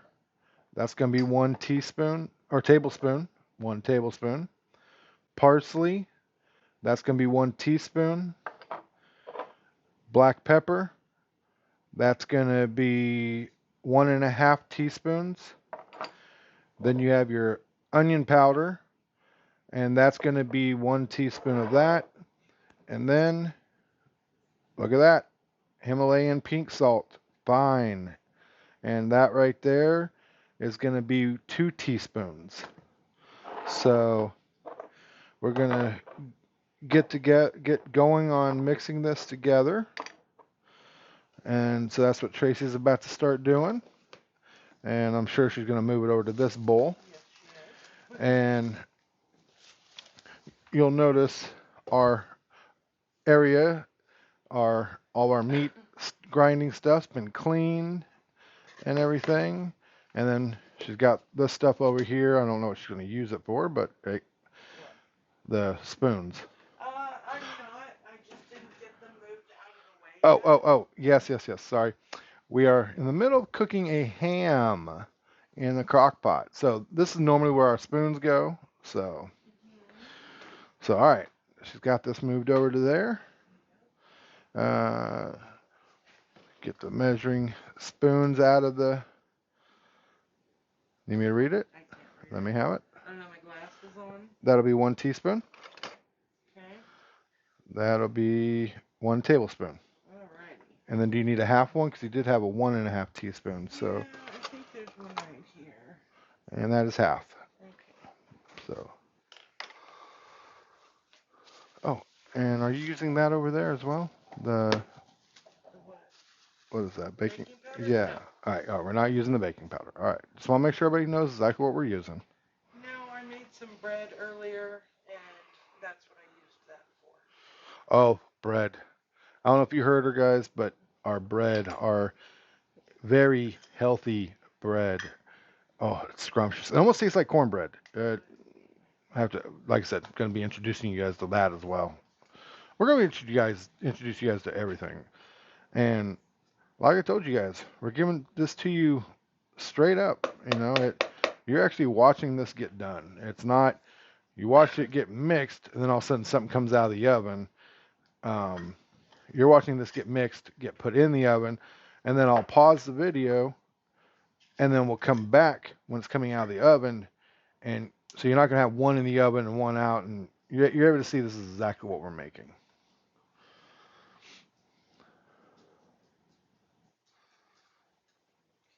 Garlic powder and onion powder. So far we got the garlic powder and the onion powder in there. I'm gonna do the parsley. Next is 2 teaspoons of parsley. No. next is the parsley. All depends on your teaspoon. And if you guys don't do exactly this amount, it's Yeah, all right. I don't worry about exacts. I have a hard time with measuring. actually cut back on the amount of Italian seasoning because it was actually too much. It originally was 2 teaspoons, and we actually cut back on it because it was just too much. And this is what we use for making our breakfast sausage as well. So when we want breakfast sausage for in the morning with our eggs, this is what we make. So now there goes the pepper. And just so you're aware of that, this is your regular ground black pepper.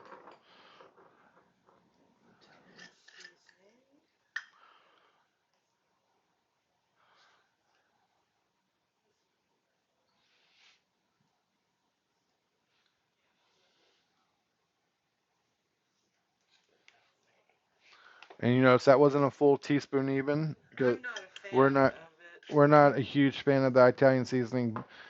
It's really powerful.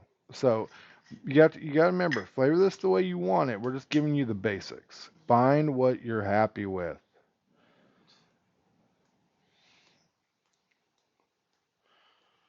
Now this is your paprika. Now remember, people, paprika can really go a long ways with a small amount.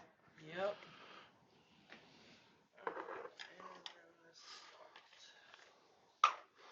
So yeah, don't be We don't be heavy-handed with our don't spices. don't be heavy-handed with your spices. Find play with it. That's what we're doing. Look at that pink Himalayan salt to top it off. It looks like snow on top of the volcano. Pink snow. Pink snow. Okay.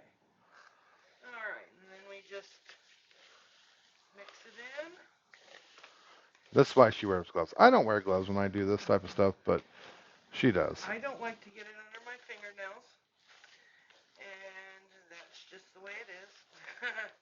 I've always been like that.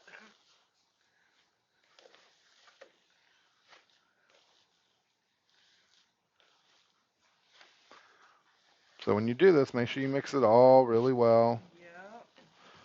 And then we'll have to get the pan out. We forgot to get the pan out, didn't we? Yes. All right, I'll get the pan out while you're doing that. Alrighty. So you just... Oh, everybody want to say hi to Bandit? Bandit! Say hi to the camera. Say hi, Bandit. Say hi, buddy. That's our boy Bandit. That's our girl Clemmy. Say hi to the camera, Clemmy. There, little Bandit. All right. Let me go get the pan while she's finishing that. Whoa. Alrighty.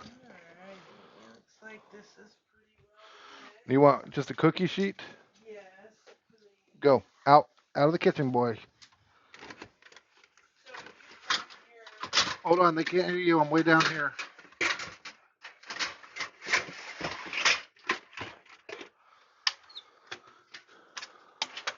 Okay, now what? So if you find your meat is a little more watery than what you would like, it's not thick enough, this is thick. This is nice thick. Make easy balls out of it. But if you find it's not, and it's just a little too sticky, you can always add a little bit of coconut flour. But be very sparing and careful with how much you add. So now we're going to get some parchment paper.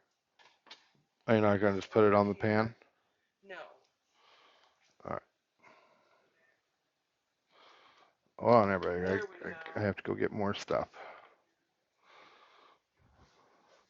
I have some right You there. just want the sheets? Yes, just the sheets. All right. I like the pre-cut sheets.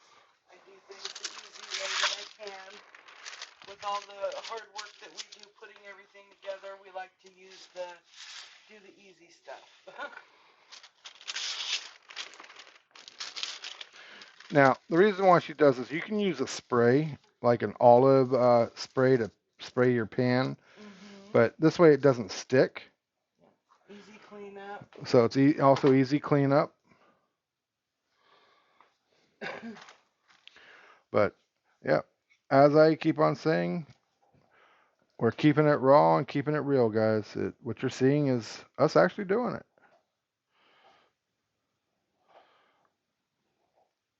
And this is the bonus footage we were talking about.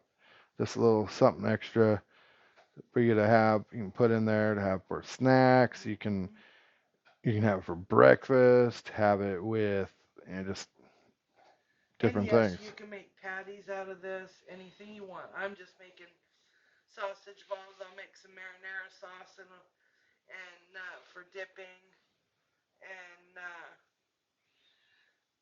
have some toothpicks sitting around, and just pick it up and dip it. And they don't have to be perfectly uniform or all the same size.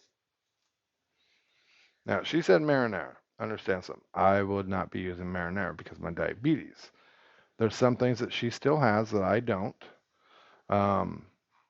What I would end up doing is with that is a little bit of ranch.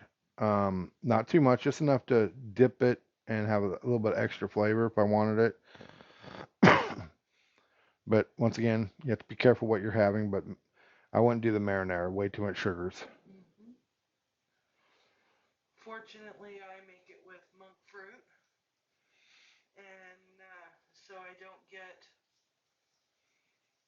a whole lot of bad sugar.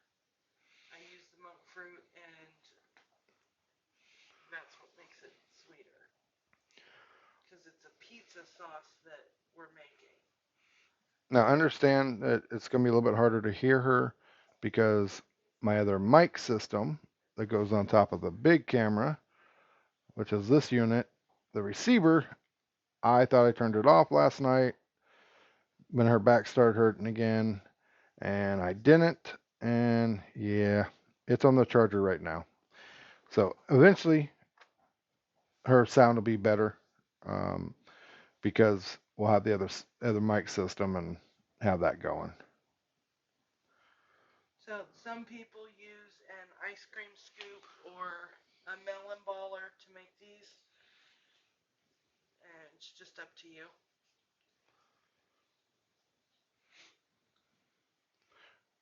Oh, and for those that don't know what she just mentioned about a melon baller, I think we have it over here. Hold on. I believe I moved it over here. I find it easier. Right there. To pick it up and roll it with my hand. This is a melon baller. This is what you can do with watermelon, with this. Like an ice cream scoop, which is like here, but the old style that had the squeeze thing.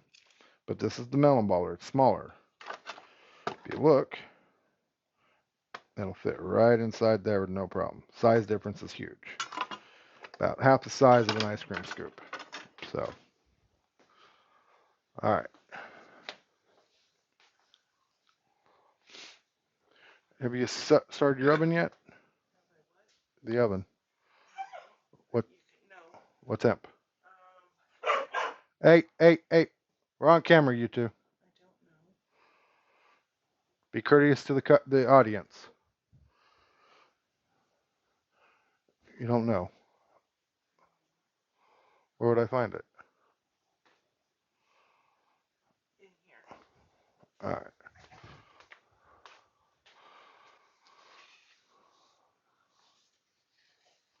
Okay, just so everybody knows, some things that we will be also making is sweet potato bread, cheesy chicken things, and then here's the easy sausage balls. Now, once again, we alter the recipes to work for us. So, all right, 375, so 400 because ours knocks it down. So, come over here and let's get this thing turned on.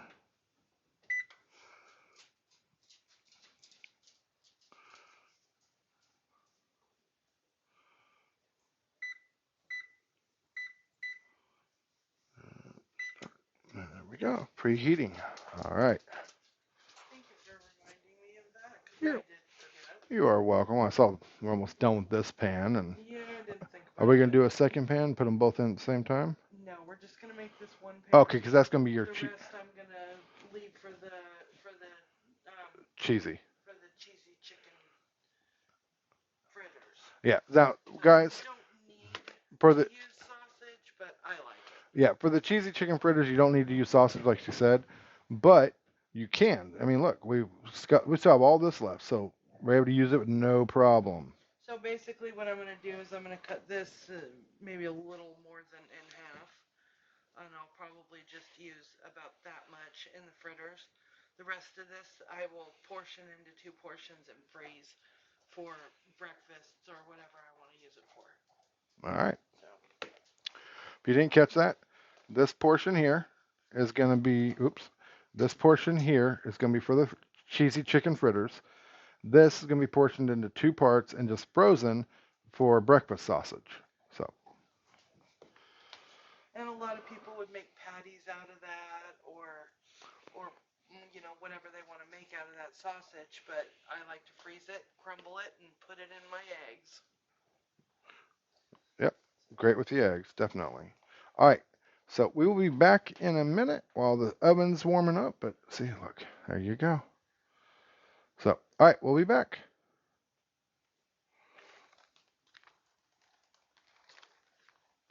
All right, so we're going ahead real quick and splitting this up into 2 parts. This is for the breakfast sausage. Nice, make a little patty out of it. Now, when you do this, once again, get out your air. And then, before you put it in the freezer, if you get any stuff on the lip here, take a paper towel wet and wipe that off. You don't want that going in your freezer like that.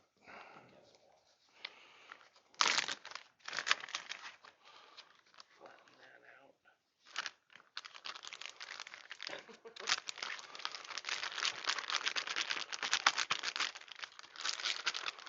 And then what she did that time instead is let me flatten it out once it's in the bag. It was just easier to get it in That the way, nothing on the ledge. Yeah.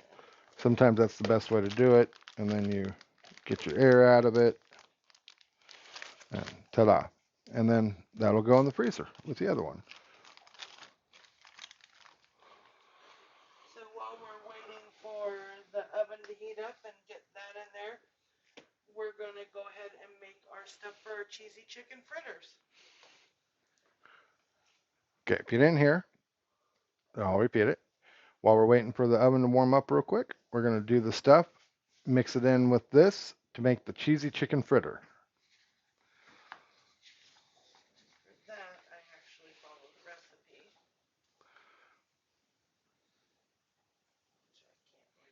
I'll get it. Okay, so for the cheesy chicken fritter, now we need to see how much weight we have left here. So pull that out of there. Let me find our scale. Okay, I'll get it. Or you can get it.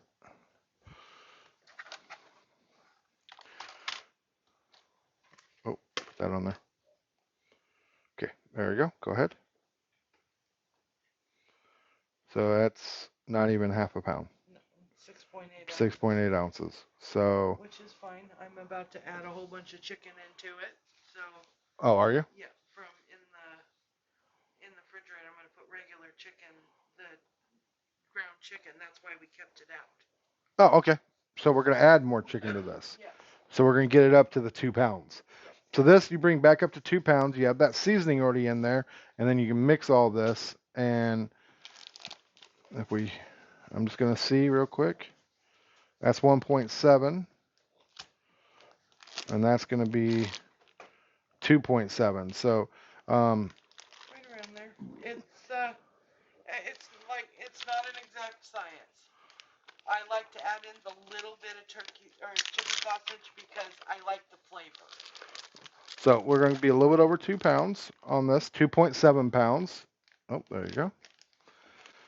And then she'll mix all this in to get that little extra flavor in there. There you go. And this,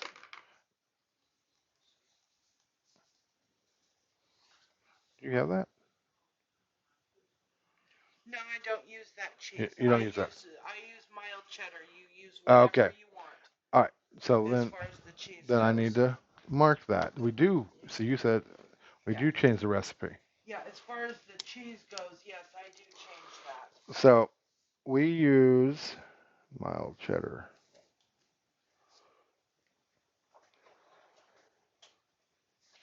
So we use the meat. It says 2 pounds. We are at um, 2.7 pounds. 8 ounces of cheese. We're using mild cheddar. Half a cup of almond flour. 1 large egg. 3 cloves of garlic minced. 2 teaspoons of dried parsley. We just use the parsley powder, or this, what we showed you earlier. That would be 1 large egg. 1 teaspoon of salt. 1 teaspoon of pepper. 3 tablespoons of olive oil. Now, we don't use olive oil. We use avocado oil. And then 1.5 tablespoons of butter, real butter, not margarine, not parquet, real butter, people. You don't want all the added chemicals. Real butter is the only way to go. Stay away from margarine. Stay away from the stuff that claims it's butter, but it's not butter.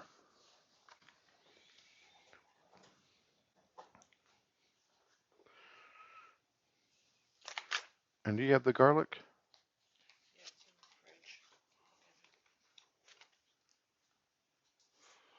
And is it already minced or no? All right. See, you guys get to hear all the questions because guess what? We're keeping it real. Bring it to you raw, just like it is. No specialness. All right, and our garlic, everybody? So since I usually eyeball it because I don't know how much. We get this jar of it here. Now you can buy fresh.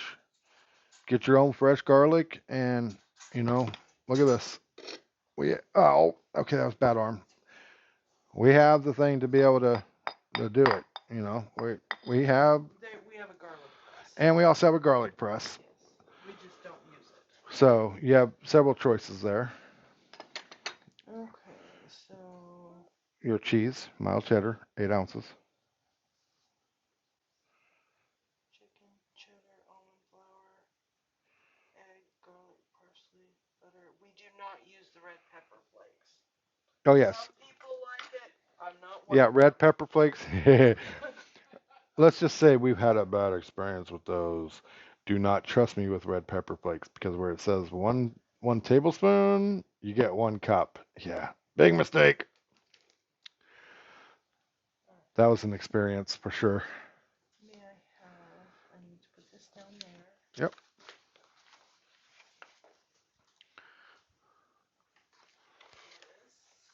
Sorry about that spoon being in the way there, guys.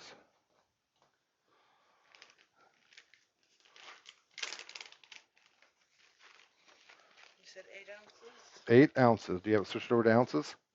No. Well, this part here will be your ounces. Yeah.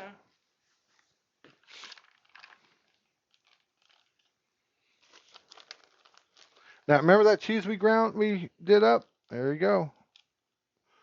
That's what we're using right now.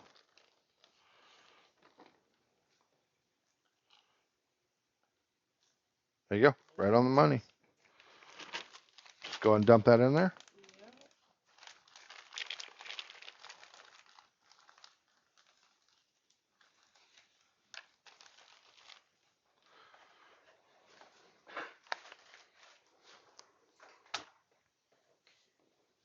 Much butter. Butter, 1.5 tablespoons.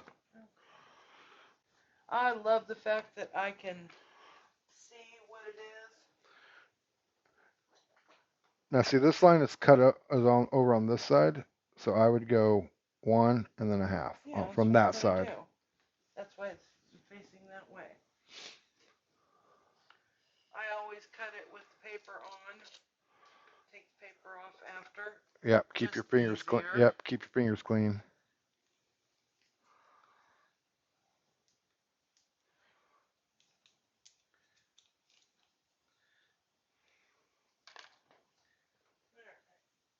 To melt that. All right.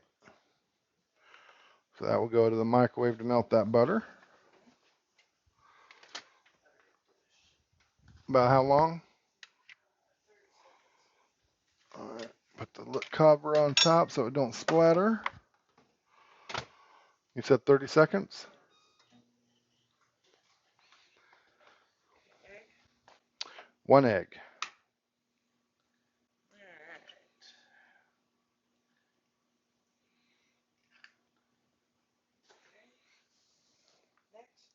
Next. Okay. Got the almond flour. That will be half a cup.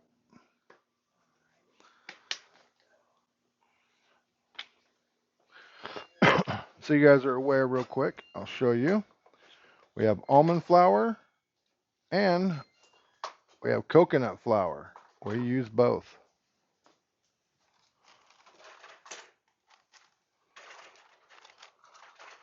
All right, let me check on that butter right quick.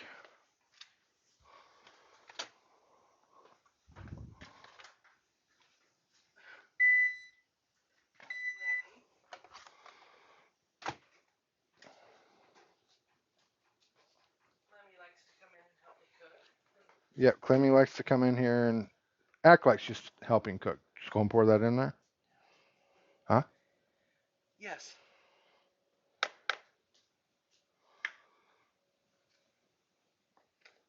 How much you want it to drip? Tell it's done dripping. Or you're done working.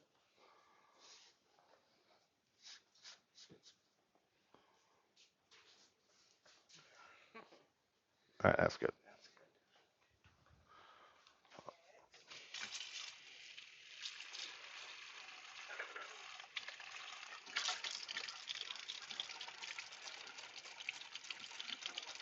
Next is the garlic. 3 cloves.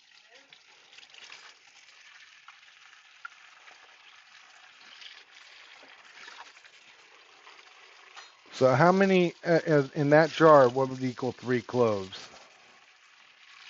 I figure a tablespoon is 3 cloves, or is a clove.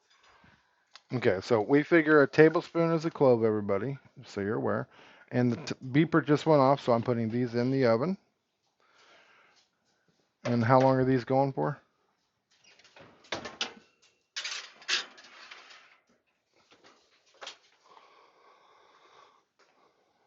15 to 17 minutes. All right, so we'll do it for 17.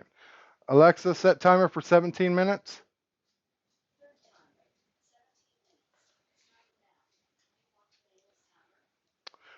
Yes, meatballs. Meatballs.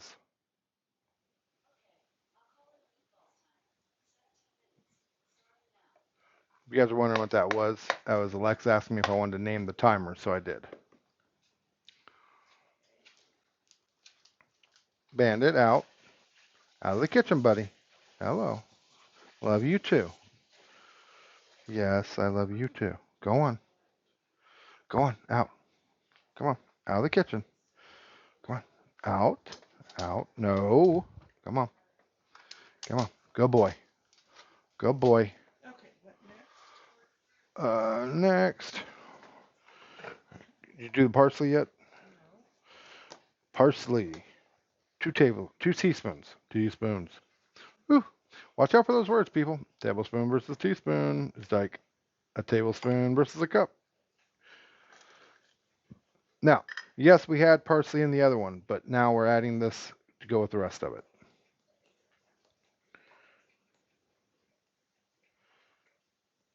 Is that a half? You said 2 teaspoons. Oh, yes. Sorry. Leave me alone. I know what I'm doing. You just keep up. Next. Salt. 1 teaspoon.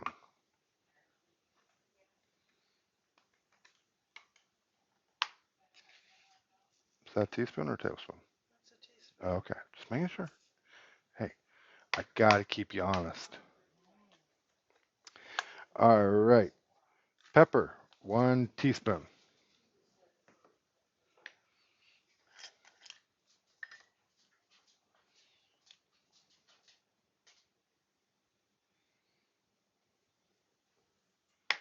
All right. Now, like we said, we use avocado oil, 3 tablespoons. No. Does not get mixed in with Oh, does it get mixed in with that one? Oh, okay. Pepper, salt, parsley, garlic, egg, flour, cheese. Okay, so we put butter in there. We didn't have to put the butter in there, but it won't hurt anything. Okay, mix it by hand. As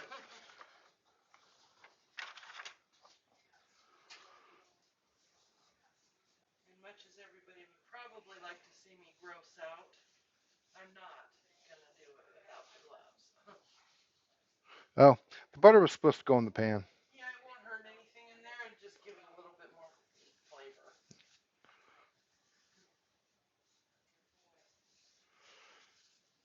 And you can do these in a frying pan, in an air fryer, or in the oven. It's up to you. Yes, you can do them in the frying pan, in the oven, or in an air fryer. What are you gonna do them in? We're gonna do them in a frying pan. All right, she's gonna do them in a frying pan.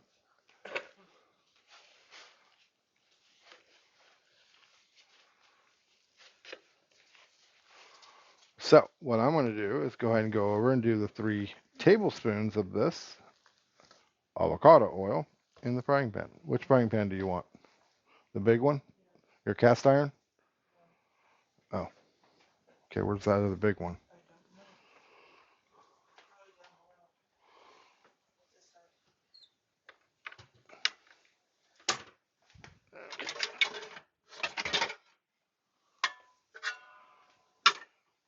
Can I have the tablespoon, please? I'll get it. Yep, I'll get it. You could just drizzle. Just drizzle? Okay.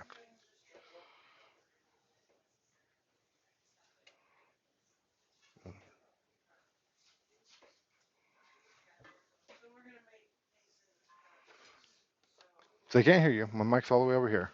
So we're gonna make these into patties. They're gonna be about 2 inches around. Can you grab a piece of parchment paper again?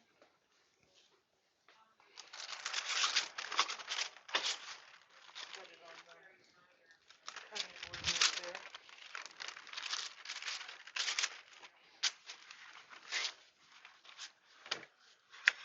About a 1/4 inch thick or 1/2 inch thick, however you like it. I just eyeball it.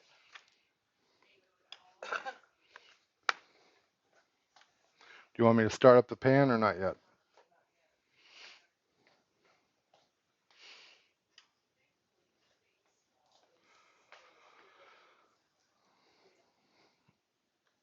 So, yes, we're unable to see. This is what she's making. They're about a 1/4 inch thickish.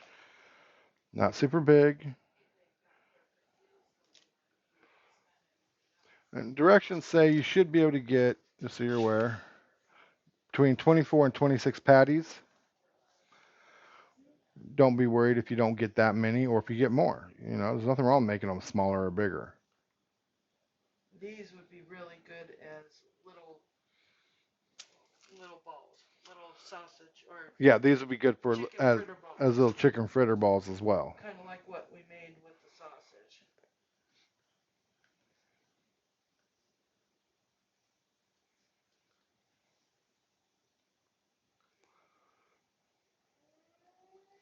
You see how easy this is, everybody. This stuff's easy. You know, a lot of people complain about when they change their eating habits, going to healthier eating, that it takes so much work. This doesn't. This is simple, and everybody in your house will like it. And like I said, it's for people with type 2 diabetes, type 1 diabetes, but and pre-diabetic, but it's also for those that are wanting to eat healthier, those that are wanting to get healthier, get into shape, take control of their lives. That's what it's about, people. Taking control of our lives. There's so much we can't have control over right now.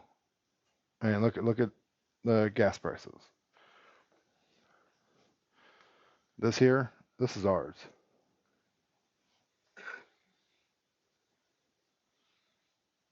Now, mind you, price of all this stuff's going up, and we're not going to go on talking about that because the reality is the chicken and beef companies have been spiking the prices by by making sure they don't have it on the shelves and saying they're having a shortage. And I can tell you guys, a shortage is the last. Right over the top if you want. A shortage is the last thing. I'm putting it over top. A shortage is the last thing they're having.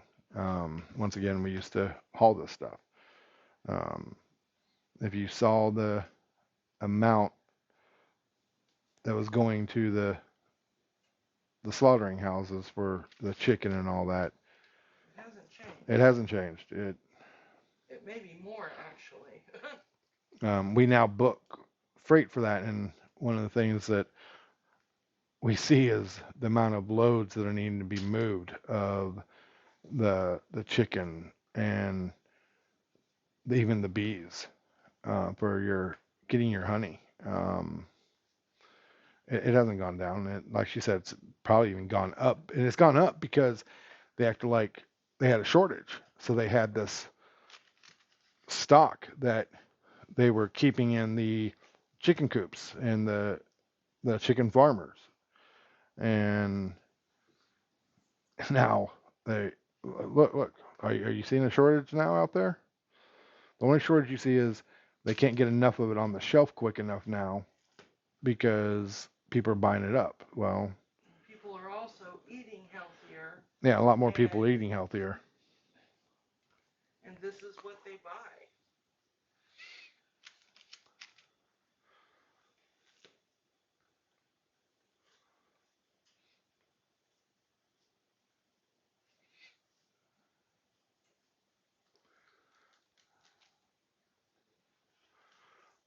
Not a lot of people talk about that stuff, and like I said, I'm not going to go any more detail. I said I wasn't going to, and I did, and sorry about that. Just I want you guys to know the truth. The prices you're paying is from greed. Nothing more. It has nothing to do with shortage.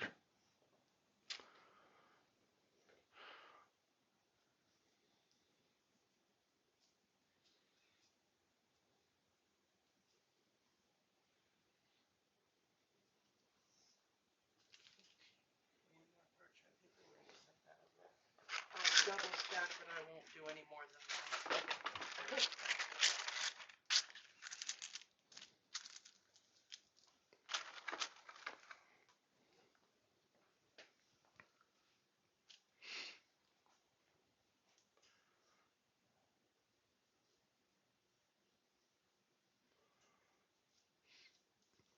And you guys are welcome to fast forward through this process if you want.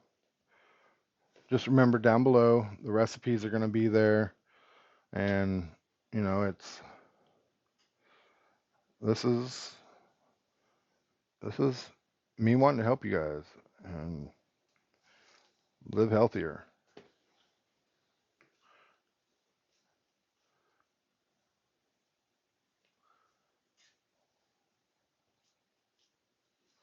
The one thing I can say is I notice anytime I eat something bad now, like we had a panda for dinner. Now I had the greens. I didn't do rice or anything like that, but I had the orange chicken, and I've got a headache. It's going along like crazy. I notice when I eat something that's not good, and the headache's just killing me. And the fatigue, oh my goodness, the fatigue goes on for at least a day. It's insane. And we have one little one. And that's it. So look, if these have 1, 2, 3 rows and 3, that's 9, 18. There's 20, 2, 3, and a baby one. So, and the thing said between, what did it say? Between 24 and 26. So there you go. So, all right. Are you ready to fry or you need to take a break on your back? All right. We'll be right back, guys. I'm just going to pause it. You won't notice the break, but we are going to take a quick break. All right, everybody. I'm back for a moment. Meatball timer just went off. Get my gloves that we've been rearranging, so I have to find my hot pad gloves here. And make sure stuff is out of the way here. I was outside for a moment. It's a little chilly out there. And those don't look done. I'm going to give them longer. Alexa, set timer for 3 minutes.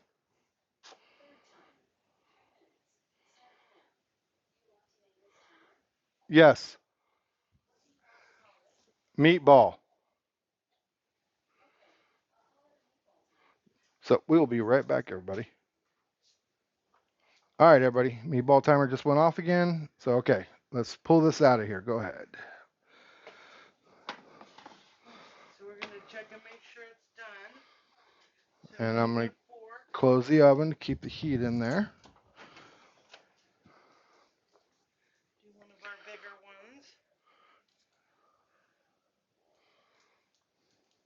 Oh yeah, it's done. See that? Yep. Nice and done. Yep. And now these can be either frozen or put in the fridge. If you put them in the fridge, they're good in the fridge for 3 to 4 days. You can probably have them in there for 5, but if you decide you want to freeze them, don't have them in the fridge more than 1 or 2 days, and then you can put them in the freezer. So you can't have them in the fridge for, I'd say 2 days. Some people say 3 or 4. I say 2. They're cooked. So I want to go beyond 2 because I want to have a good life of them. Yes. So now we'll let those cool down. Yep. I just loosened them from the paper. That was it. All right. Nothing special. And are we ready to do the... We are ready to fry our fritters. All right, let me kill the stove here. And be right back, guys. All right, I just unpaused. Sorry about that. I had to take off that jacket. Like I said, I was outside. So, is it cooled down enough? Yeah. All right, and Very good. see, look at that, guys. Tastes like sausage. Scrumptious. Mm-hmm. And be great with a little sauce on it. Yep, put a little sauce on there. Mm-hmm. Scrumptious. Yeah, especially the ranch, yes. So, all right, we warming up this yet? All right, what do we need to warm this up to? Next one over Yep. medium. All right, got it to medium. While we're doing that real quick, I am going to, for everybody, start a new pot of coffee. You need the other, one of the other, Pans. yeah, Okay. Cookie sheet. yes. All right.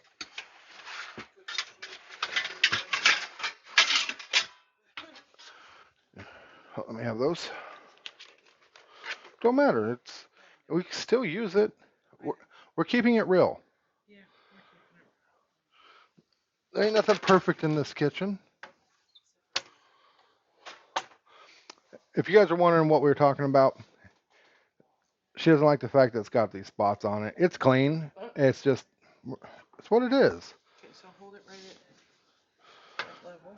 We're I'm just gonna slide these off onto it. We'll do those after. okay. 'Cause I do about 6 All right, well, let me do the coffee pot real quick. Get that going. Is it already ready? No. All right. Let me do that real quick. And then I go get my water. This headache, I gotta drown my headache. Flush out my body from that bad food.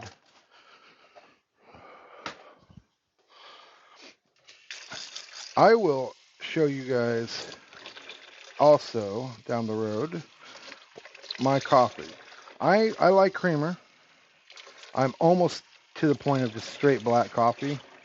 Um, but I'm not there. I'll never be there. But I use such a little amount of creamer now.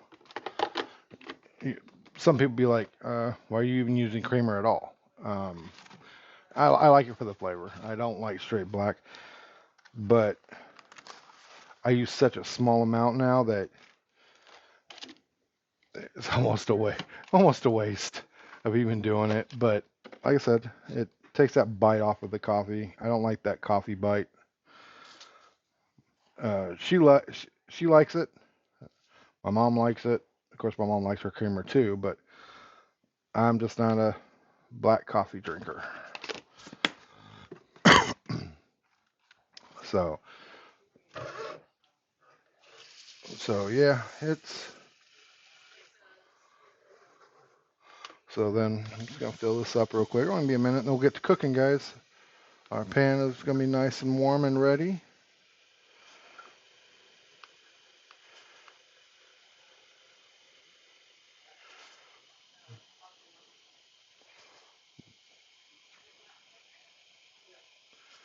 But delicious stuff we're making here, guys. Everybody can.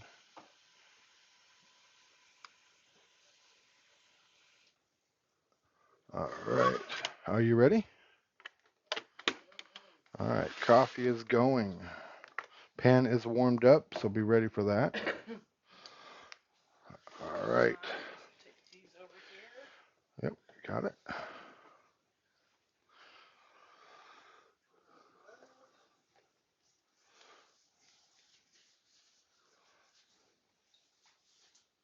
See, there's the coffee going.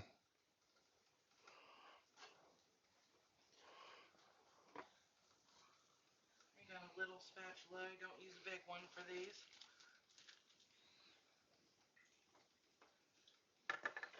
Spread your oil around a little.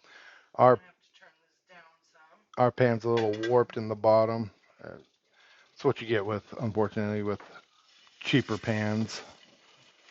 Nothing you can do about that. They're gonna warp. It's not like it used to be. You could pay lower cost and still have a quality pan. Do you want me to throw a little bit of butter in there, like it said, or no? This Good. is good. Since it's already in the meat. Yeah. All right. I'm gonna be doing 5 at a time. All right. So we're gonna do 5 at a time. Let it cook for about they stay about 2 to 3 minutes on each side. If you guys can't hear that, you let them cook 2 to 3 minutes on each side.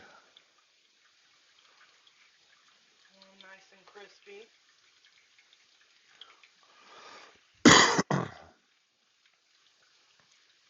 Hey, we are still, if somebody wants to donate building a studio kitchen in our backyard, hey, we'll accept it. Bring it on over. We'll do it. You can be our sponsors.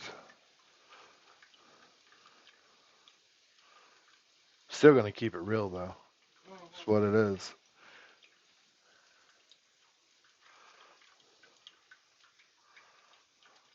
Like I said, when we move into the house next door, once we get repairs done that need to be done there first, the kitchen's a little bit bigger. Not a lot bigger, but a little bit bigger. Has a little bit more cabinet space, and it'll be nice.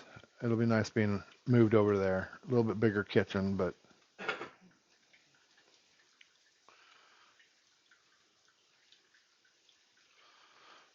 and no, if anybody's wondering, I'm just joking about somebody coming and building us a studio kitchen. We don't want that. We want to keep it like it is. We love our kitchen. It's small. Yeah. But I like my kitchen. Yeah, there's our all our spice rack thing. And then we have more spices over there, like I showed you guys earlier. But Right up in the yeah. over.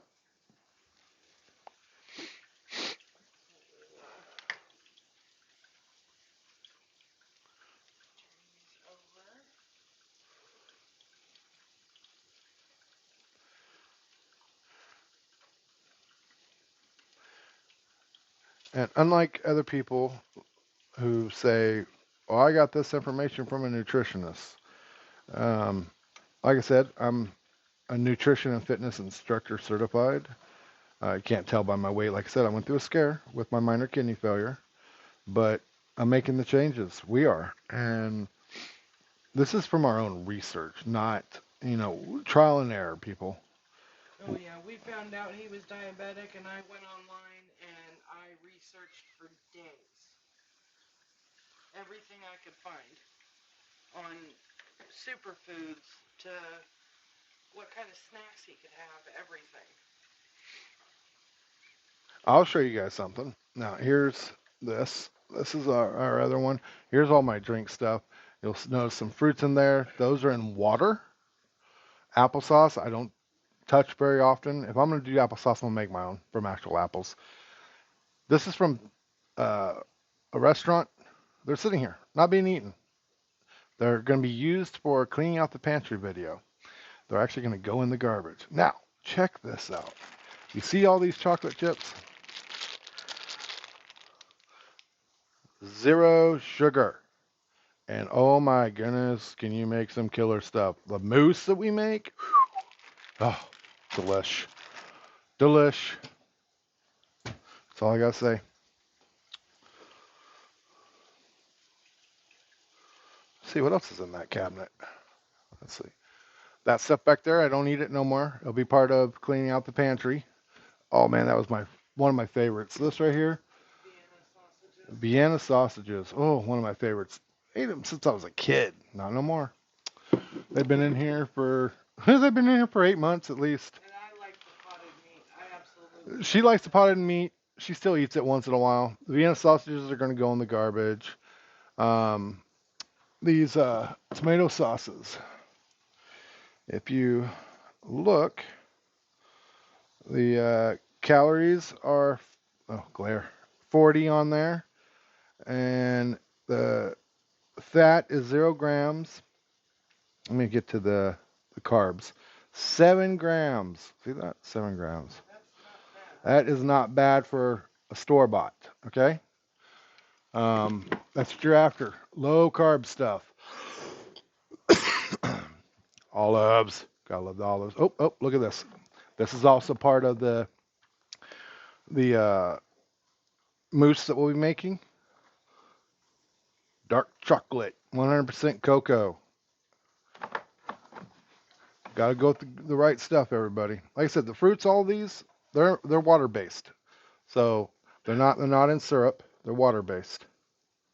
And of course, my drink mix is telling me I thought I need my water. There it is.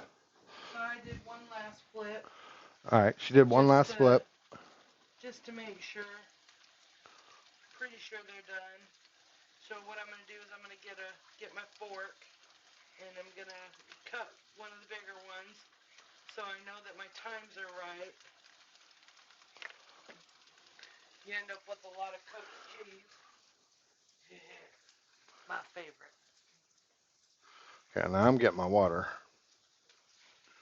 Water. So these are done. Did you say that's done?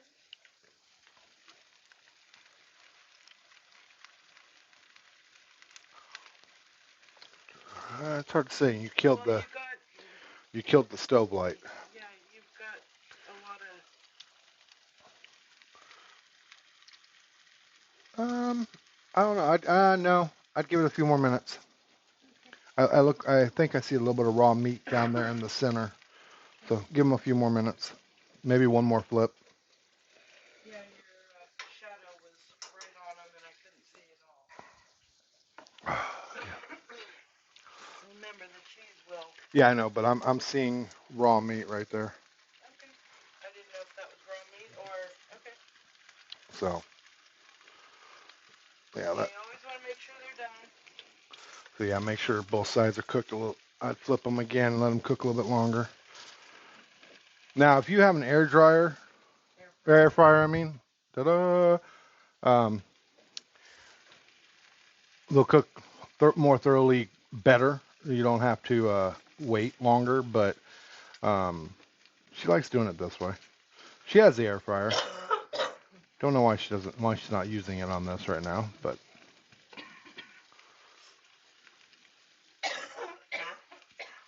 you all right?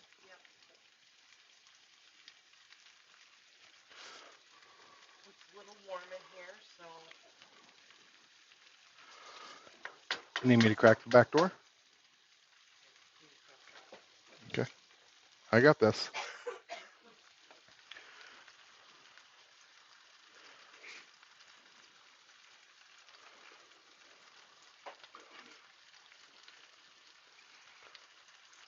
Like I said, we want to help you guys. You know, I want to build a community that is wanting to do this and do it the right way. Not the,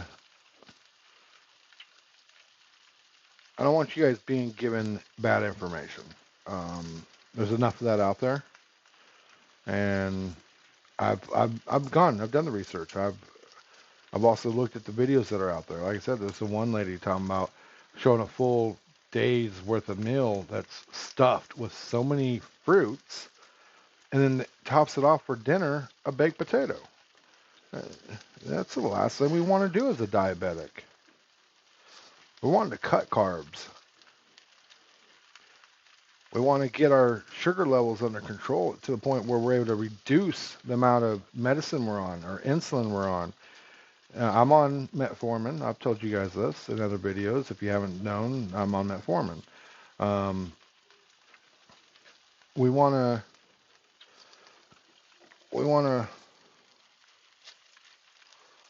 reduce the amount of medicine, or hopefully even come off of our medicine, because that's the goal, is hopefully to reverse the type 2 diabetes.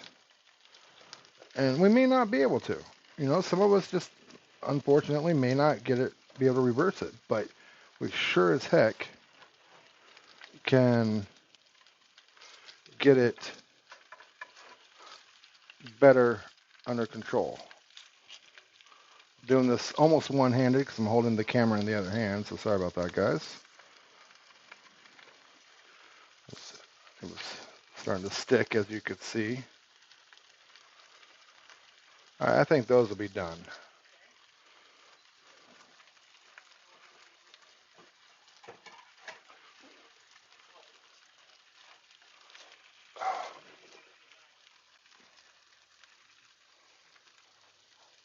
Yeah, let me hold the plate. You do that. Straight up. Oh, okay. I don't need to hold the plate. All right.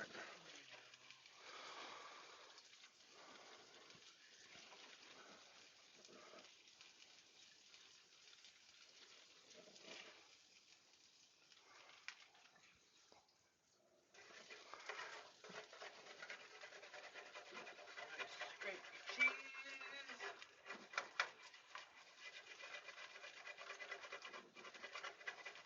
Majority of it off there. Don't have to worry about all of it. And just scoot it off to the side. You don't have to pull it out. Put a little oil on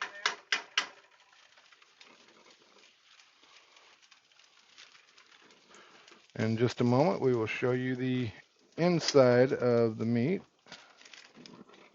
I'm coming to get that one.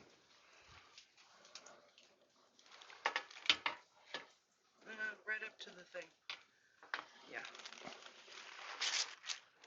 All right.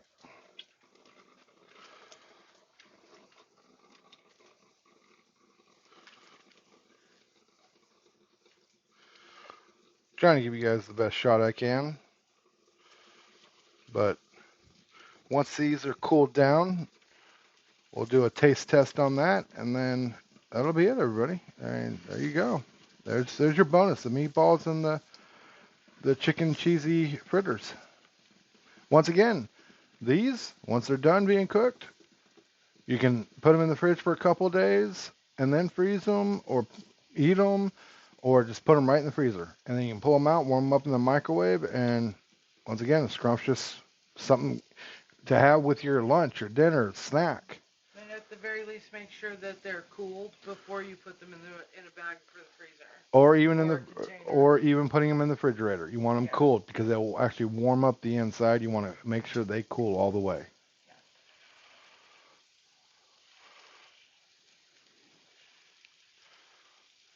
So I'm going to give you a little fork. Do a little, that one that broke. Do a quick taste.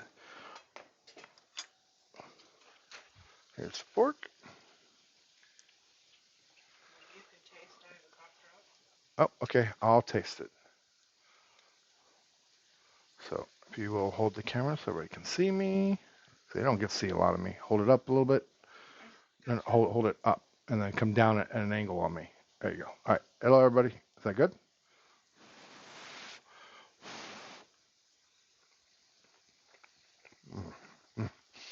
That's good. Delish. And I'm not a cheese fan, everybody. No, he's not. I'm not a cheese fan. That's just delicious. All right, everybody. So there you go. Whatever it takes, 5, 6 minutes, 10 minutes, whatever, until they're cooked all the way. But all right. Hope you guys enjoyed this. Once again, if you did, slap finger down on that like button, and if you want to be updated when I'm releasing other videos, slam that subscribe button. And any comments or questions, please put them down in the comment section. I will answer them, I promise. I am going to stay in communication with everybody. I want this to be a family, a community. So I want to build friendships here. So, like I said, I hope you enjoyed it. I hope you have a wonderful day and enjoy the days coming up. And I will get more stuff out for you soon. So thank you and have a blessed one. Bye.